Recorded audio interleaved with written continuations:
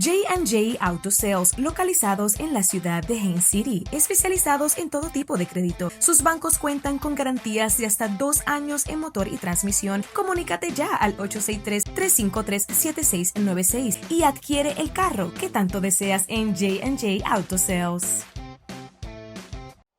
JS Ultimate Consultant, especializados en construcción y remodelación, tanto comercial como residencial al mejor precio. Comunícate con Javier al 787-800-1429 y haz las mejoras que tanto deseas con los más confiables. Comunícate con JS Ultimate Consultant al 787-800-1429, 787-800-1429. Siendo loca rebelde, siendo loca rebelde, siendo loca rebelde, siendo loca rebelde, siendo loca rebelde.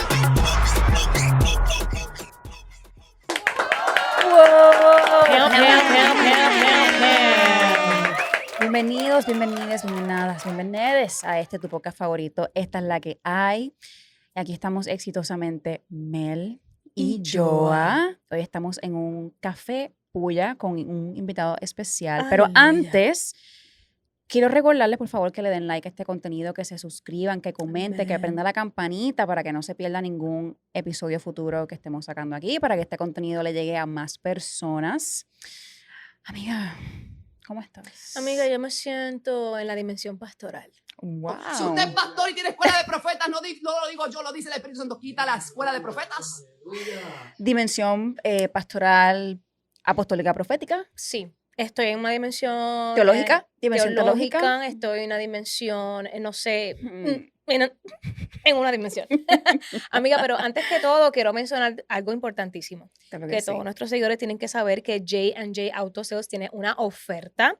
Corillo, si usted está en busca de su carrito usado y usted quiere una unidad que todavía tenga garantía, vaya y visite a nuestros amigos de J&J Auto Sales. Están ofreciendo un bono de hasta $1,000 para clientes calificados. Así que lo único que tienes que hacer es decir el código "esta es la que hay" para que obtengas ese bono. Claro está, y tienes que calificar para esta unidad. Así que pasa por allá. Amén. Claro que sí, amiga. corillo. Bueno, Amiga, ¿quieres introducir, presentar al invitado el recurso? el recurso de hoy. Claro que del sí. día de hoy. Claro que sí. Tenemos con nosotros nuevamente a la cueva de Esta es la que hay, dándose un café puya con nosotros, al pastor José Pedraza. Eres muy masoquista. La petición popular. Bueno, ustedes saben ya que Pedraza es pana, ¿sabes? Somos amigos Sí. hace mucho tiempo. ¿Cómo estás, Pedraza? Cuéntanos. ¿Todo bien? ¿Cómo te Gracias sientes? a Dios. ¿Estamos bien? De regresar aquí a nuestra cuevita. Sí, pero estamos en otra dimensión. Otra Estamos en otra dimensión, tú lo Portales sabes. abiertos. Esta temporada es otra temporada. Es que entramos, Galáctica. ya la atmósfera ha abierto otras dimensiones, No, ¿me entiendes? ya yo veo. Pasamos de la dimensión de la sala A la a la dimensión, dimensión del del estudio. estudio. Ya veo que Gloria, hay mi alma te mira, adora, Padre. honra y riquezas. ¡Ey, qué lindo! Hay escuelas proféticas.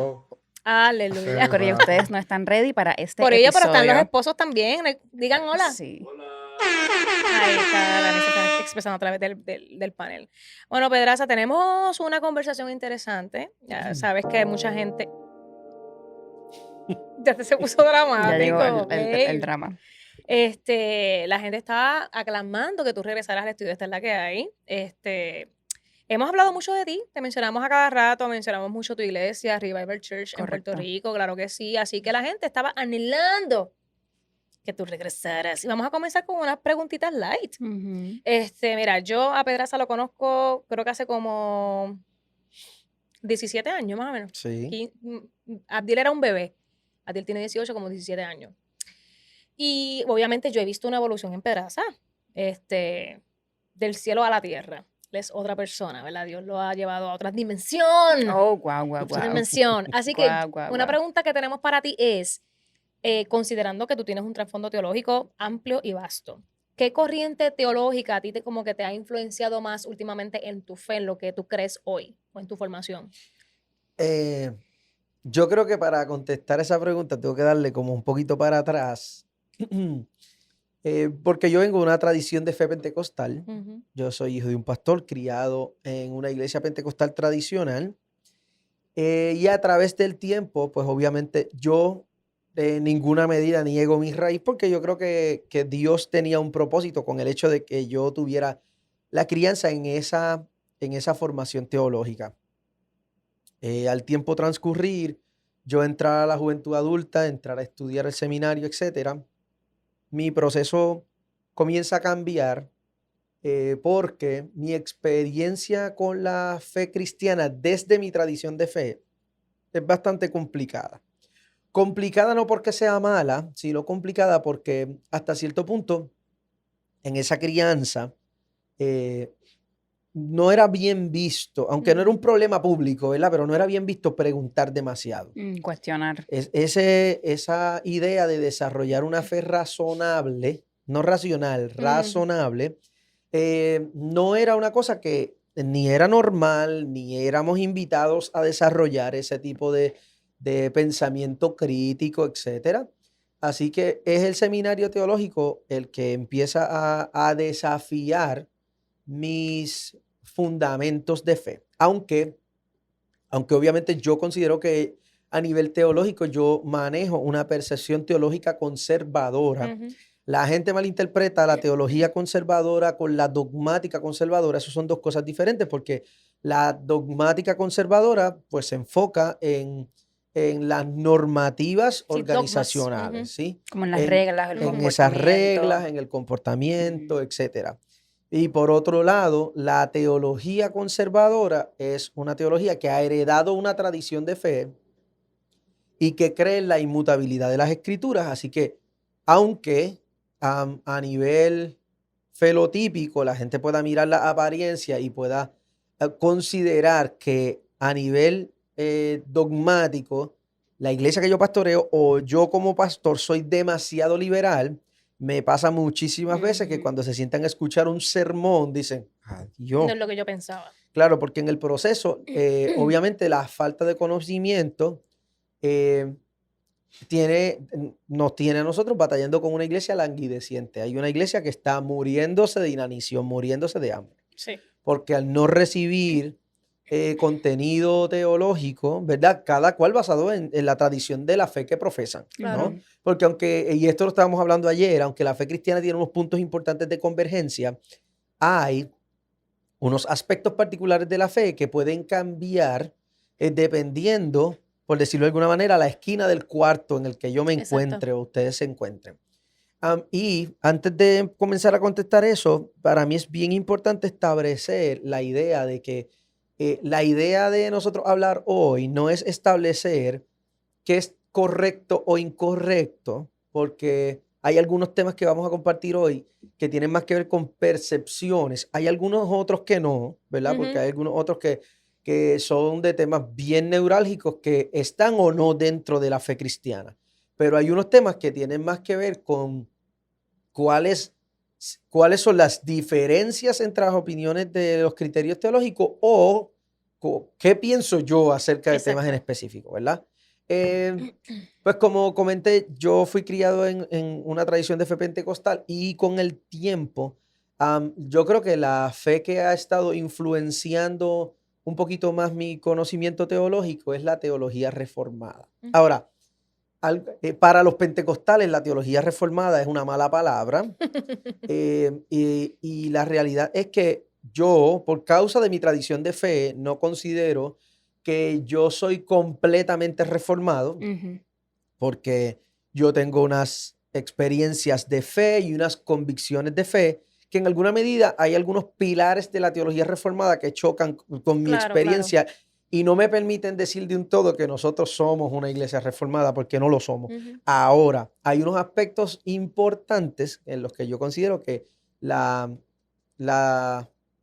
el conocimiento que más me influencia como predicador, como pastor, es la teología reformada y en algunos otros pues no considero que quizás soy del todo reformado, Entiendo. ¿verdad? Para los que no entienden a lo que eso se refiere, pues eso en realidad está alineado, si lo fuéramos a comparar a nivel denominacional, Ujú. pues es más un corte más bautista, presbiteriano, Presbiteriano. ¿sabe? Para los que no tienen la constancia de lo que es y pueden asociarlo quizá con gente o con denominaciones, pues Ujú.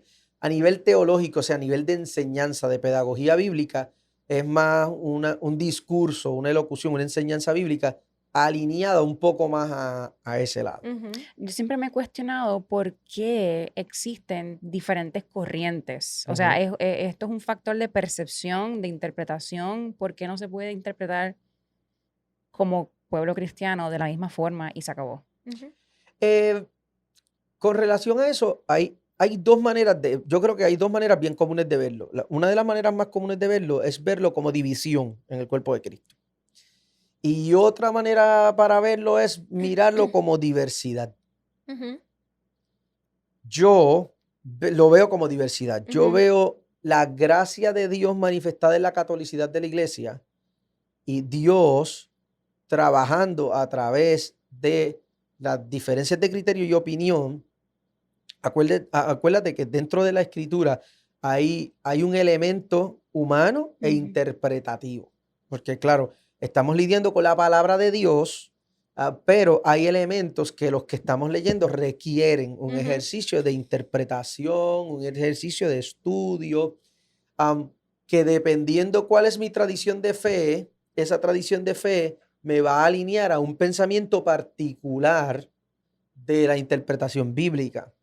Em, una de las cosas importantes es que hay unos puntos de convergencia donde toda No la fe cristiana negociable. se Ujú. encuentran. Exacto. Lo que cambia es la manera en la que ciertos sectores de la cristiandad ven algunos aspectos de la fe. Ujú.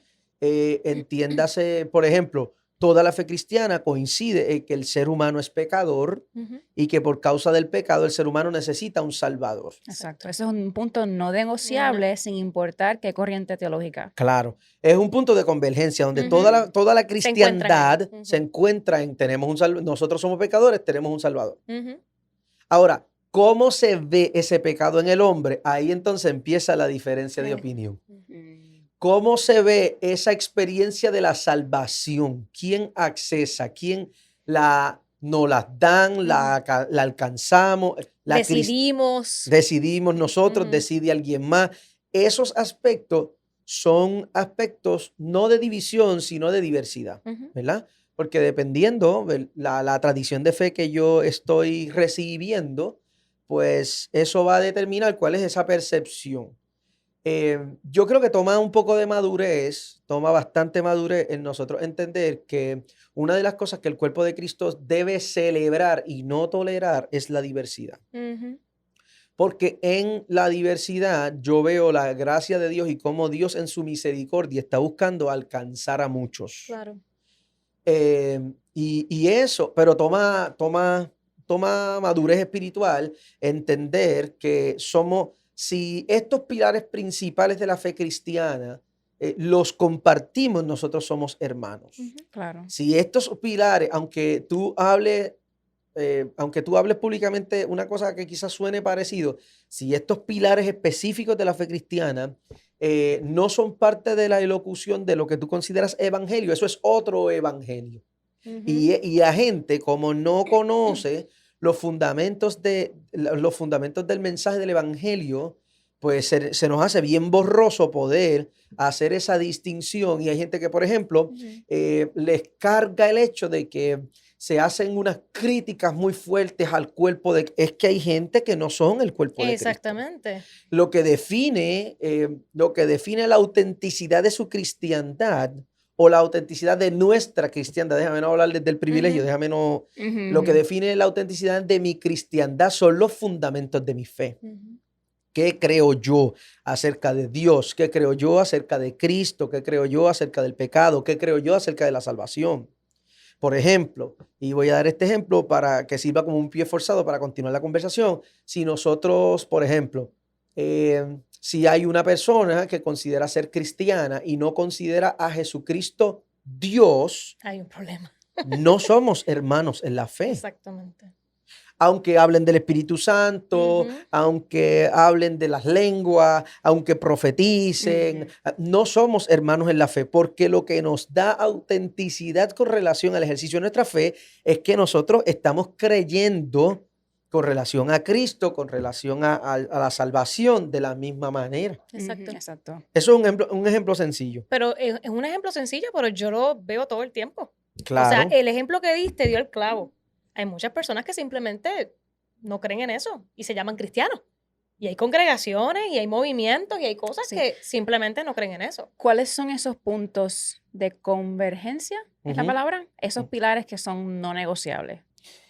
Bueno, podrían ser más de los que quizá el tiempo me va a dar para señalar, pero yo creo que si nosotros tomamos el tiempo, me gustaría, voy a tener que hacer esto obligatoriamente. No, dale. Quiero hablar de esto porque la fe cristiana ha heredado Ujú. algunos aspectos que nosotros hemos recibido generación tras generación. Claro. Y la iglesia ha heredado algo que se conoce como el credo. Y en ese credo, que lo ha heredado la iglesia por más de 2000 años, está resumida cuáles son esas doctrinas principales Ujú. de la fe cristiana. En la historia, este es conocido como el credo niceno. Este credo, lo que ocurre en la historia de la iglesia es que los creyentes, recuerda que cuando la iglesia comienza a tomar forma, en los primeros siglos de la iglesia no existe todavía un manuscrito Ujú. de la palabra de Dios. Así que lo que funciona como la herramienta de transmisión de la fe es lo que se conoce en la historia bíblica como la tradición oral. Y la tradición oral no era cualquier locura que alguien venía a hablar, era una composición, una compilación de temas Ujú. que venía a ser el discurso unísono que se iba pasando persona a persona, persona a Sí, que no persona. era inventado, eso ya estaba. Y en el cuarto siglo, si mi mente en el cuarto siglo, se comienza a establecer los credos en la iglesia. Y esos credos lo que tenían la intención de que los creyentes, número uno, pudieran conocer la complejidad de su fe. Número dos, pudieran transmitir con fidelidad su fe. Y número tres, ellos pudieran identificar quienes eran infiltrados en la iglesia y no eran personas que compartían la fe.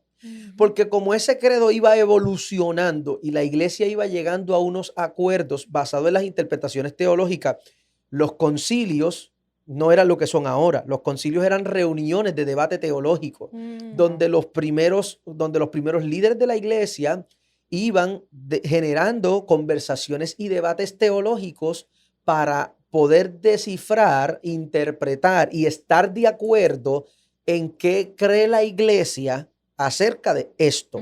¿Qué cree la iglesia acerca de Jesús? ¿Qué cree la iglesia? Jesús es un profeta, Jesús es el Hijo de Dios, Jesús es Dios. La iglesia entra en esta dinámica de generar estos concilios, estas reuniones, donde los obispos venían a reunirse a tener estas tertulias, estos debates y estas cosas con los que se buscaba que la fe cristiana tuviera una espina dorsal. Exacto. Y con eso fue que la iglesia comenzó a construir los credos. Y los credos es la manera en la que la complejidad del volumen de la teología se empieza a reducir a unas pequeñas oraciones, rezos o Como la unos esencia. párrafos repetitivos para que los cristianos se memorizaran qué era lo que ellos creían. Y de hecho, y hago un paréntesis, una de las cosas bien bonitas que ocurría en la experiencia del bautismo es que la persona que iba a bautizar a alguien le preguntaba, cristiano, ¿en qué tú crees? Y esa persona tenía que responder con un credo. Esa tradición de fe se pasa a este credo que comienza, pero va evolucionando con los concilios de la iglesia.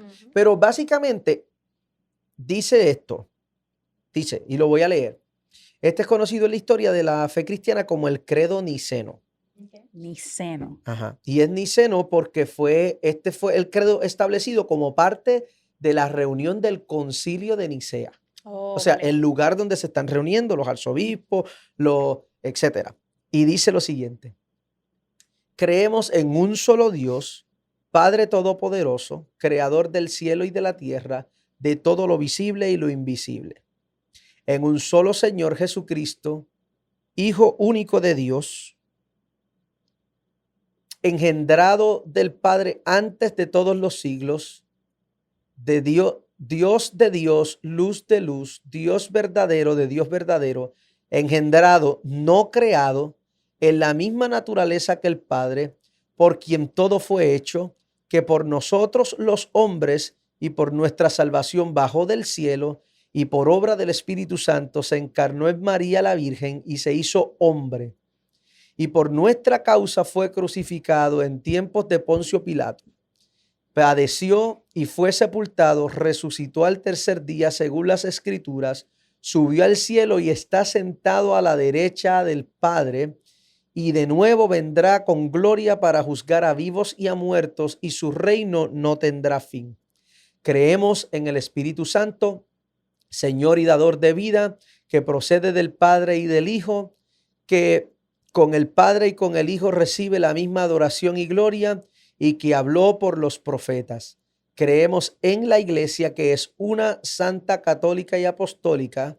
Confesamos que hay un solo bautismo para el perdón de los pecados y esperamos la resurrección de los muertos y la vida del mundo futuro. Amén. Wow. Ahí está la esencia. Literalmente. Eso va evolucionando, y el último credo que se hace es conocido como el credo atanasiano, y ese credo atanasiano es que obviamente ellos comienzan a establecer esto resume la fe cristiana. Ujú. Estos son los temas principales que resumen la fe cristiana. La columna. Exacto, esa es la columna vertebral. Ahora, si usted nota con cuidado, usted se va a dar cuenta que esa misma columna del credo son los mismos temas que se utilizan en la predicación del Evangelio. Ujú. Estos son los temas principales de la predicación del Evangelio. Ahora, esos temas se van perfilando, y a través de los años, del conocimiento de los líderes de la iglesia, esos temas se van puliendo, ellos siguen estudiando los originales, etcétera. Y en el credo atanasiano es el último de los credos donde la iglesia toca unos temas que se vuelven controversiales a través del tiempo, y la iglesia, de manera concluyente, cierra esa experiencia del credo diciendo: finalmente esto es lo que cree la iglesia. Ujú. Y en ese credo atanasiano, los temas que se consideran de manera profunda es el tema de la encarnación y la deidad de Cristo, Ujú. y el tema de la Trinidad. Ok. O sea, la discusión teológica que se tiene en el credo atanasiano es discutiendo: ¿Cristo es Dios? ¿Cristo no es Dios? ¿Cristo es un Se profeta hizo como carne, Elías? ajá. Y el debate fue para decir: ok, la fe cristiana cree, esto se resuelve en el cuarto, quinto siglo, Ujú. la fe cristiana cree que Jesús es la encarnación de Dios mismo, es el Hijo de Dios y es Dios. Esto lo resuelve la iglesia en el cuarto, quinto Ujú, siglo de la ya. historia. Ujú, Ujú. ujú. So que estos son debates que no deberíamos estar ni teniendo. Claro, son debates que son eternos, ¿verdad? Ujú. Pero esto la iglesia de la época, claro, resolvió ese asunto. Claro. La iglesia resolvió que la fe cristiana cree en un Dios trinitario, Ujú. en un Dios Padre, Hijo y Espíritu Santo. Ahora, por ejemplo, se ha vuelto muy viral que hay una parte de la cristiandad que es unicitaria o unitaria, Sí, que lo es he que visto. no creen en la Trinidad. Ujú. Por ejemplo, esas personas con esa postura de fe, suena bien fuerte, pero no son mis hermanos en No la creemos fe. lo mismo. Exacto. No somos Ujú. engendrados en la misma fe, no hemos sido construidos, no creemos lo mismo. Así que va a haber disonancia cuando Claro. se trata de compartir la fe, y va a haber personas que les choca un poco que uno diga: no, ellos no son del cuerpo de Cristo, pero es que si no... Y no es algo que te estás inventando, no es algo que viene de ahora. Esto es algo que ya está. ¿Entiendes? ¿no? Y que la iglesia ha estado Exacto. trabajando por mucho tiempo. A través del tiempo, la iglesia comenzó a escribir otros documentos que se conocen como los catecismos. Esos catecismos no eran eso, confesiones que se iban a transmitir y la iglesia sigue construyendo esos credos. Hay uno que es conocido como el Catecismo de Fe de Westminster, hay otro de ellos que es conocido como el Catecismo de Heidelberg, y todos estos nombres, estos apellidos que parece que tienen lo que yo acabo de mencionar, Ujú. son los lugares desde donde se crean Ujú. estas tertulias, estas conversaciones, estos debates, Ya. y la iglesia, estos catecismos se vuelven unas tertulias que la iglesia dice, ok, vamos a escribir esto para difundir esto. Ujú. Esto es lo que nosotros Para creemos. establecerlo, punto. Claro. Las iglesias antiguas, lo que se conoce, lo que los americanos le llaman the establishment of the ancient faith, la Ujú. iglesia antigua, esto es parte de la liturgia. O sea, Ujú. tú vas un domingo y ellos van a sacar el credo, van a hacer una confesión del credo, la iglesia va a leer un catecismo y es parte de la liturgia, es la manera en la que ese credo de fe se vuelve parte de la experiencia cultica. Ujú. Ya. Ujú. ¿Verdad? Y esta parte de la cristiandad preserva, ha heredado y preserva mucho esos aspectos importantes de la fe. Para mí es importante comenzar por ahí porque hay algunas cosas que sí, yo voy a decir, ok, esta es mi opinión, pero hay algunas de las respuestas que yo voy a decir, la fe cristiana Ujú, cree En de esto. esta manera. ujú. Sí. Porque, y hago la distinción de la fe cristiana porque hay otras fe. Hay fe budista, hay fe. Exacto. La fe cristiana reconcilia unas ideas y en el caso de que tengan que hacerme alguna pregunta que tenga que ver con Sí. mi opinión, pues yo Ya. voy Bueno, a decir. Tenemos varias preguntas, pero precisamente mencionaste un ejemplo que lo he visto y Ujú. lo he visto recientemente Ujú. en artistas. Ok. En esta postura de ser unicitario, que no creen en la Trinidad, no creen en un Ujú. Dios trinitario. Ese es un ejemplo, pero ¿qué otro ejemplo te viene a la mente de alguna postura doctrinal, por decirlo así, que claramente se puede considerar antibíblica o que está 100% fuera de lo que es el credo de la iglesia o de la fe cristiana? Aparte Yo a esa. considero que una de esas temáticas podría ser la deidad de Jesús. Porque Que no lo ven como una deidad. Como... no, porque hay algunas personas, Ujú, ¿verdad?, que consideran que Jesús no es ujú, Dios. ujú. Ya. Y obviamente eso dependiendo de su tradición de fe, eso puede tener muchas vertientes y eso puede generar conversaciones bastante complejas que de hecho la iglesia, los cristianos tienen que aprender a hablar, tienen que aprender a generar conversaciones incómodas. Claro. Es parte de la madurez espiritual que Ujú. nosotros tengamos la capacidad de generar conversaciones incómodas que nos ayudan a aprender Ujú, y a enseñar. Claro ujú. que sí. Si nosotros nos volvemos así de tochi y así de sensibles y nosotros no podemos sentarnos a escuchar personas que no tengan un nivel, que no tengan nuestro mismo nivel de conocimiento o que no tengan nuestra misma idea con relación a ciertos temas, yo creo que se vuelve peligroso porque Claro. nosotros no nos damos la oportunidad de crecer y nos volvemos personas muy arrogantes con relación a lo que creemos. Pero, por ejemplo, yo considero que una de las cosas más peligrosas que yo he notado que ha subido el discurso en estos últimos años es acerca de esa idea de que Jesús no es Dios. Sí, que ven a Jesús más bien como estamos tratando de igualarnos a lo que es Jesús. En cierta forma, sí, porque obviamente Jesús nos llama hermanos, amigos, etcétera, etcétera. Sí. Y muchas veces se han arreguindado de eso para igualarnos a lo que es Jesús. Ujú. Entonces, restarle esa deidad, ese aspecto de que es Dios también, ¿me entiendes? Sí. El dilema más peligroso de la no deidad de Jesús es la salvación. Claro, claro. Porque la razón por la que el sacrificio expiatorio de Cristo tiene una repercusión de salvación es porque la fe cristiana considera que esa sangre es inocente y santa. Claro. Y como es Ujú. inocente y santa y es divina, tiene la capacidad de limpiarnos de todo pecado. Pero si ahora yo creo que Jesús no es Dios, esa sangre no es santa. Exactamente. Si yo no creo que Jesús es Dios, esa sangre no es Se divina. ponen en Ujú. cuestionamiento muchas otras cosas. Entonces, cuánta efectividad puede Ujú. tener la sangre de un hombre mortal en la experiencia de la salvación. No sé si me entiendes. Sí, es una cadena. Es como Y un efecto dominó. exactamente. Y entonces se comienza a complicarse la manera en la que ciertos aspectos de la cristiandad pueden explicar, ¿verdad?, su fe. Ya.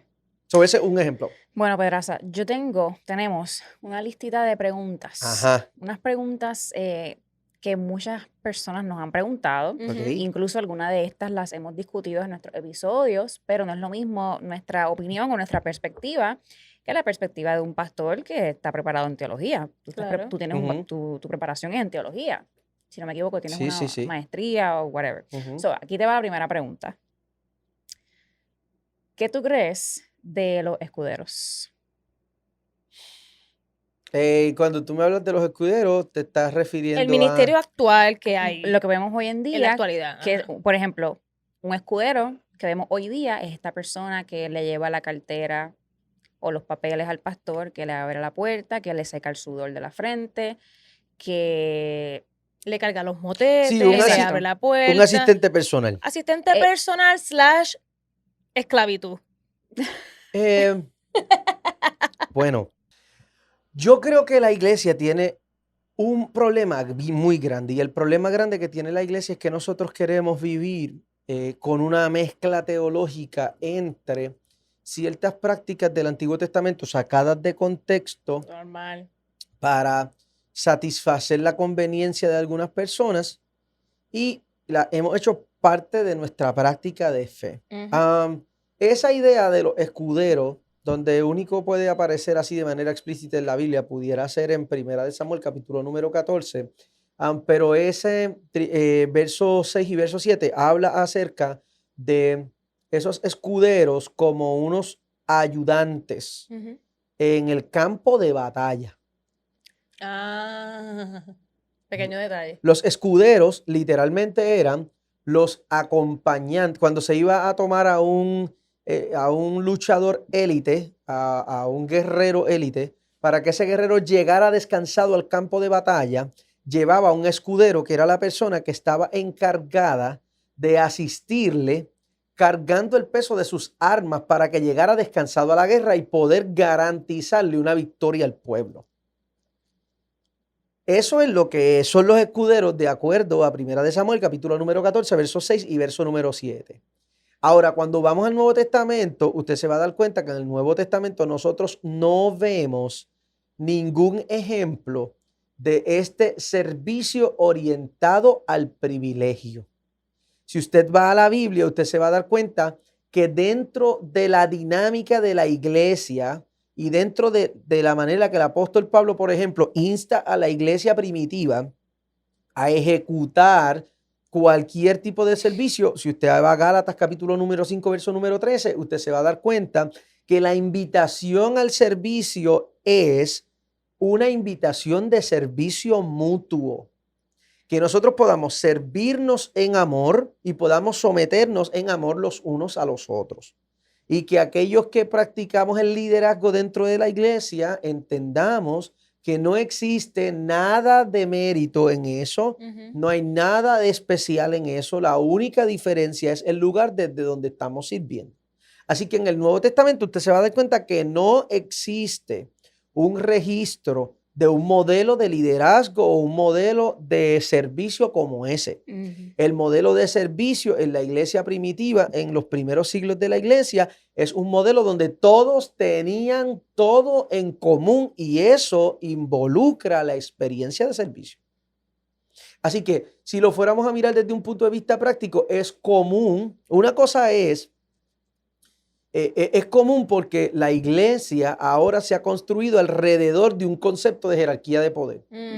Y como la iglesia está construida acerca del concepto de una jerarquía de poder, y nosotros miramos a los pastores como los ungidos de Dios, esa idea de que el pastor tiene autoridad y que el pastor es el ungido de Jehová, el ángel de la iglesia, etcétera, etcétera, etcétera, ha construido una jerarquía de poder donde el servicio se ve como servidumbre para unos y como privilegio para Sí, otros. se está. Es Wow. es como un beneficio unidireccional y está distorsionado. Y la razón, 100% y la distorsionado. razón por la que eso no es un modelo bíblico de liderazgo es porque eso no expresa la invitación al servicio humilde que estamos llamados aquellos que nacimos de nuevo en Cristo. Ujú. So, como la invitación es una invitación a un servicio humilde y que nosotros con humildad sirvamos a nuestros hermanos, que con humildad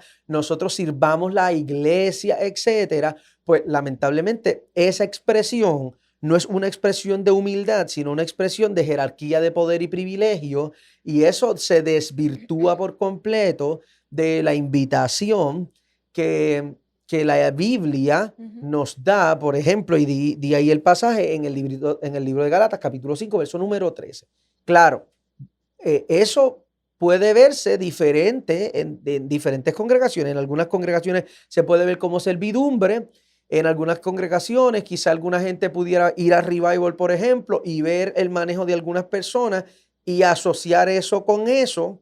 Pero en el caso de nosotros, no me están asistiendo a mí. Son Ujú. personas que trabajan en producción en la Ujú. iglesia y no están trabajándome a mí, están sirviendo la experiencia del Sí, no es domingo. algo exclusivo para el pastor, No, están ni para el sirviendo líder. y no me cargan mis cosas y Ujú. no están secándome el sudor. Ujú. Son personas que, por ejemplo, cuando va a subir la persona que va a subir a la plataforma, acomodan el podio para... Claro. Eso es parte de la experiencia eclesiástica de que tú quieres que, ¿verdad? Que haya un orden, Claro, que haya una estructura, Pero- que todo se vea bien. pero es un ejercicio más de trabajo de producción Claro, que una claro, asistencia personal al ungido de Jehová. claro. Ahora que tú mencionas el ungido de Jehová, perdón, yo sé que esto no estaba, pero ¿qué es el ungido de Jehová? ¿Quién es el ungido de ¿O Jehová? quién es? El ungido puede ser una persona, un pastor, Bueno, un eso apóstol. varía. Eso varía dependiendo de qué cree la persona. Yo creo firme, categórica y dramáticamente que Cristo es el ungido de Jehová. El ungido de Dios es Cristo, aquel que fue enviado es Cristo, el apóstol de Dios es Cristo y Cristo es la figura central del evangelio. Ujú. Yo soy un siervo inútil del ministerio de la reconciliación. Yo por pura gracia, porque yo no tengo el mejor testimonio ni tengo la mejor historia, por pura gracia divina, Dios decidió en su misericordia utilizar a alguien quebrantado como yo, ir trabajando con él, restaurándolo y formando en su carácter para llamarme al servicio de la iglesia. Amén. Pero la única diferencia que hay entre yo, que soy el pastor de la iglesia, y por ejemplo, cualquiera de los servidores de mi iglesia es el lugar desde donde servimos. Una de las Exacto. cosas que yo le enseño a ellos es que yo como pastor no tengo ninguna autoridad. La única autoridad que yo tengo dada por Dios es una autoridad limitada y esa autoridad limitada es una invitación para la predicación del evangelio. He recibido una autoridad limitada para la enseñanza y la predicación del evangelio. Ujú. Yo no tengo autoridad para decirle a la gente qué decisión tiene que tomar. Yo no tengo autoridad para controlar los matrimonios de la gente. Yo no tengo autoridad para decirle a la gente cómo van a manejar con sus hijos. Yo tengo autoridad para Que te predicar el consulten sus evangelio. planes, que te consulten sus decisiones, sus vacaciones. Si la gente quiere pedirme un consejo, una de las Claro. cosas que yo digo Eso es en diferente. nuestra iglesia, Ujú. si usted necesita un consejo, tiene que venir a donde mí, involucrarme y decirme, pastor, yo necesito un consejo. Claro. Yo no voy a mirar Facebook para decirle a la gente lo que debe hacer. Mi Claro. autoridad Lucha. dentro de la comunidad de la iglesia es exclusivamente a la predicación del evangelio y a la administración de la iglesia. Amén, amén. ¡Qué Oh, aleluya. duro! Amiga, tengo otra preguntita aquí, pero Ujú. antes de seguir, quiero mencionar los auspiciadores rapidito. Quiero mencionar a J&J Auto Sales, que tienen una oferta especial para todos esos clientes calificados. Tienen un bono de hasta $1,000 para esa compra de ese carrito que tanto tú deseas para clientes calificados. Claro que sí. Man. Tienes que dar el código. Esta es la que hay. Vamos a dejar la información para que te comuniques con J&J Auto Sales. Claro que sí, amiga. Y este episodio también es traído a ustedes por Aqua World System. No más agua contaminada. Yo y yo tenemos estos servicios Aleluya. instalados, corillo. No más botellas de aguas plásticas. Así que comunícate con nuestro amigo Frank, y dile que vienes de Esta es la que hay podcast. Sí, amiga, y también tenemos a la familia de JS Ultimate Consultant, que son los responsables de haber remodelado este estudio. Ellos se especializan en remodelación comercial y residencial, así que Amén. comunícate con nuestro amigo Javier. Aquí la información para que obtengas la mejor oferta. Amén, amén. Claro que Amiga, sí, tengo amiga. una preguntita. Esto es algo, esto viene más de nuestros seguidores. Ujú. Son preocupaciones genuinas. Y esto es de los dones. Ok. Siempre ha sido un tema de debate los dones que cesaron, los dones que continúan vigentes. ¿Cuál es tu postura en este aspecto o cuál es tu opinión en este aspecto de los dones? Ok, voy a explicar primero los dos conceptos. Los dos conceptos son conocidos como el sensacionismo y el continuismo. Correcto. Las ideas, la propia terminología explican un poquito de la idea. Ujú. Ujú. El sensacionismo es la pretensión bíblica de que hay dones que cesaron, Ujú. que el funcionamiento dentro de la liturgia de la iglesia se terminó, Ujú. que basado en la interpretación, el canon bíblico expresa que hay unos dones que llegaron hasta cierto punto y de ahí en adelante no operan más o no operan de esa manera. Ujú. Porque hay algunos que no operan más y hay otros. Y el continuismo son las personas que consideran, o es la, ¿verdad?, la idea de que esos dones continúan vigentes en la iglesia actual. Ujú. Ahora, dependiendo de la vertiente de la tradición de tu fe, esos que yo le llamaría doctrinas secundarias van a cambiar. Ujú. Por ejemplo, las personas que vienen de una tradición de fe más carismática, Ujú. pentecostal, obviamente la palabra carismático sugiere esa idea de los carismas del Espíritu, Ujú. ¿verdad? Pues va a creer que esos dones siguen vigentes, etc. De la misma forma que para el tiempo bíblico. De la misma forma o de formas más creativas también. Sí, más mística, un poquito más De formas más mística, creativas. dimensionalísticas. Pero Ujú. hay otro aspecto de la cristiandad que considera que esos dones terminaron. Ujú. Ahora, esos dones se conocen específicamente, y esta parte es importante, como dones ordinarios o dones extraordinarios. Se divide en Dos grupos. dos calificativos, Ujú. ¿verdad? Los dones extraordinarios, que son esas cosas que le podemos llamar sobrenaturales, Ujú. ¿verdad? Porque es una palabra que se volvió muy popular gracias a Ahora Guillermo todo, Maldonado. sí, ahora todo es Ajá. sobrenatural. Esos dones extraordinarios de revelación, pues pueden ser la profecía, Ujú. los dones de lenguas, Don de sanidad. Ujú. las nuevas revelaciones, Ujú. la sanidad divina. Ujú. Ujú. Dentro del concepto de la sanidad divina, la sanidad física, o sea, Exacto. las sanidades, etc. Y hay alguna, por ejemplo, el cesacionismo se basa en 1 Corintios capítulo 13, verso número 8 al 10, para establecer que esos dones extraordinarios ya cesaron, Ujú. ¿verdad? Y que ahora los únicos dones son los dones ordinarios, que también son conocidos como los dones de edificación, ¿verdad? Y esos dones de edificación son el servicio, la enseñanza, el pastorado, la predicación, y utilizan Romanos capítulo número 12 y Efesios capítulo número 4 para hablar acerca de cómo esos dones, sí, esos sí son dones que están vigentes en la iglesia. Yo particularmente soy de una vertiente, y por eso dije al principio que yo no puedo ser completamente reformado, yo soy de una vertiente un poco más continuista. Ujú. Hay algunos aspectos de mi continuismo parcial, Ujú. y digo continuismo parcial porque yo creo que hay dones que están vigentes en la iglesia, pero no operan como operaban en la iglesia primitiva. Ujú. En mi caso, por ejemplo, en este momento de mi vida, cuando estamos grabando en el 2025, porque yo me considero una oveja feliz del rebaño del Señor y yo soy una persona que sigue estudiando, Claro, que sigue transformándote, aprendiendo, que exacto. estoy buscando crecer. Hoy yo considero, por ejemplo, que la manera en la que el ministerio apostólico se veía en la iglesia del primer siglo no es igual como se ve el ministerio apostólico hoy. Ujú. La razón porque los apóstoles eran necesarios en el primer siglo para la difusión del evangelio a través de la tradición oral como testigos visibles de Jesús. Correcto. Hacen falta testigos visibles de Cristo porque ese Salvador acaba de resucitar y ellos están siendo perseguidos por el imperio y el evangelio va a crecer de las manos de una gente que no solamente vienen a hablar acerca del evangelio, sino vienen a hablar a través de la palabra del testimonio. ¿Sí? Hoy, por causa de la obra del Espíritu Santo en la iglesia es apostólica a través de la invitación a la gran comisión. Ujú.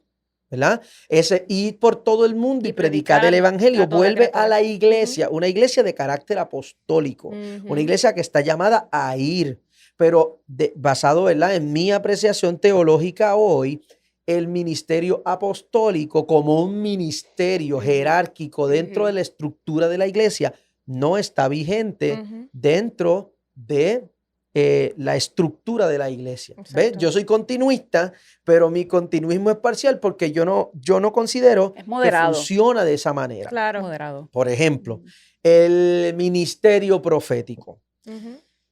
¿Sí? Oh, El papayas. ministerio profético, por ejemplo, yo creo de la misma manera. Yo creo que eso se conoce en la teología, ese funcionamiento es conocido como la profecía legislativa. En el Antiguo Ujú. Testamento, la profecía legislativa era este ungido de Dios, que era el único que recibía dones, el único que recibía palabra de Dios, el que iba al monte, el que iba allá y venía acá a decirle a la gente lo que Dios quería decir. Ujú. Hoy, en la fe cristiana, yo no creo que funcione de la misma manera por causa de una cosa. Nosotros hemos recibido al Espíritu Santo. Así que nosotros no necesitamos un agente intermediario. Ujú. Hoy yo creo en el don de la profecía. Que es muy diferente. Sí, A es ser di- un profeta. Es diferente al ministerio profético. Ujú. By the way, el que me conoce sabe que en algún momento de mi vida yo fui ungido, ordenado como un profeta. Que yo no sabía eso. Sí. Wow, fui- wow, wow, wow. Yo fu- Yo Qué fui guapo. ungido y ordenado como profeta en algún momento de mi vida. Sí, claro que sí. Wow. Así que yo vengo de ser el hijo de un pastor pentecostal a convertirme en un profeta de Wow. naciones, un padre de multitudes. Ay, wow. mother- amiga, tenemos sentado aquí un profeta padre de multitudes. Wow, wow, wow. Guau, mi líder. Esta parte importante para mí, porque yo creo en el don de la profecía, yo, ¿verdad? Como Ujú. continuista parcial, yo creo en el don de la profecía. Yo creo que nosotros podemos estar en un lugar y por pura obra soberana de Dios, Dios puede traer una palabra de consolación, de exhortación y de ánimo a través de un hermano en la fe Toque de tirar. dirigido por el Espíritu Santo. Claro. Pero es que volvemos a lo mismo. Cuando nosotros hemos hablado del propósito de una profecía. Y Ujú. tú lo acabas de mencionar. Entonces, ¿cómo tú me explicas a mí que hoy tenemos profetas que hacen giras y que cuando tú escuchas las profecías es adivinación? Ujú. Entonces, ¿en qué consuela, en qué guía, en qué conforta esa famosa profecía? Entonces, no es lo mismo tú tener un ministerio profético versus, ¿verdad? El don de profecía, que es como tú dices, por la soberanía de Dios, en un momento particular, a Dios le dio la gana. Dios me de puede us- usar a a mí ti, hoy a mí, y no volverme a usar en más la nunca vida. en mi vida. Exactamente. Eso es Usa lo una que- persona y una palabra de consolación que, by the way, que todo lo que se ha dicho, eso filtra por la palabra. Eso Ujú. era lo que yo quería como que tener más claro. Ajá. Como que yo puedo estar de acuerdo contigo. Yo sí creo que hay ciertos dones que cesaron, pero que Dios sigue siendo soberano para Ujú. orar como Él quiera. Ahora bien, mi pregunta es la siguiente. Si, por ejemplo, Dios usa a Yoda para darme a mí una palabra profética, Ujú. yo creo que Dios puede hacer eso. De edificación, de consolación o de exhortación. Correcto. Claro. Pero ok, ese suceso pasa. Eso significa que ahora Joannis es profeta. Profeta No. Giovanni. Eso significa que ahora Joannis tiene el don, ella voy carga el de don de la gira. profecía. No. Yo digo, basado en mi apreciación teológica, desde la esquina que yo estoy de la cristiandad, hay personas que creen que sí. Ujú. Claro. Pero yo creo que a quien se le dan los dones es a la iglesia. Como tal, como cuerpo. A la iglesia como cuerpo, exacto. A la iglesia desde el aspecto corporativo de la Ujú, iglesia. ujú.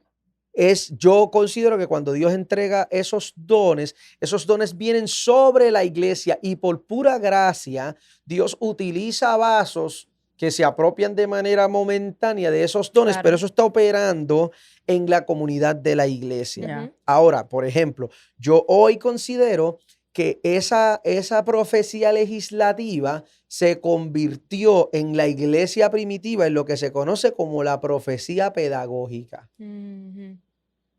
La profecía pedagógica es la exhortación de la enseñanza y la predicación del La evangelio. predicación Claro. del evangelio. Que la palabra de Dios, y este es el versículo que se utiliza de manera medular, que Ujú. la palabra de Dios es la profecía más certera, que Claro que ahora sí. la experiencia profética es una experiencia de predicación, porque si el canon bíblico se cerró Ujú. y no hay nada nuevo que está ocurriendo, Ujú.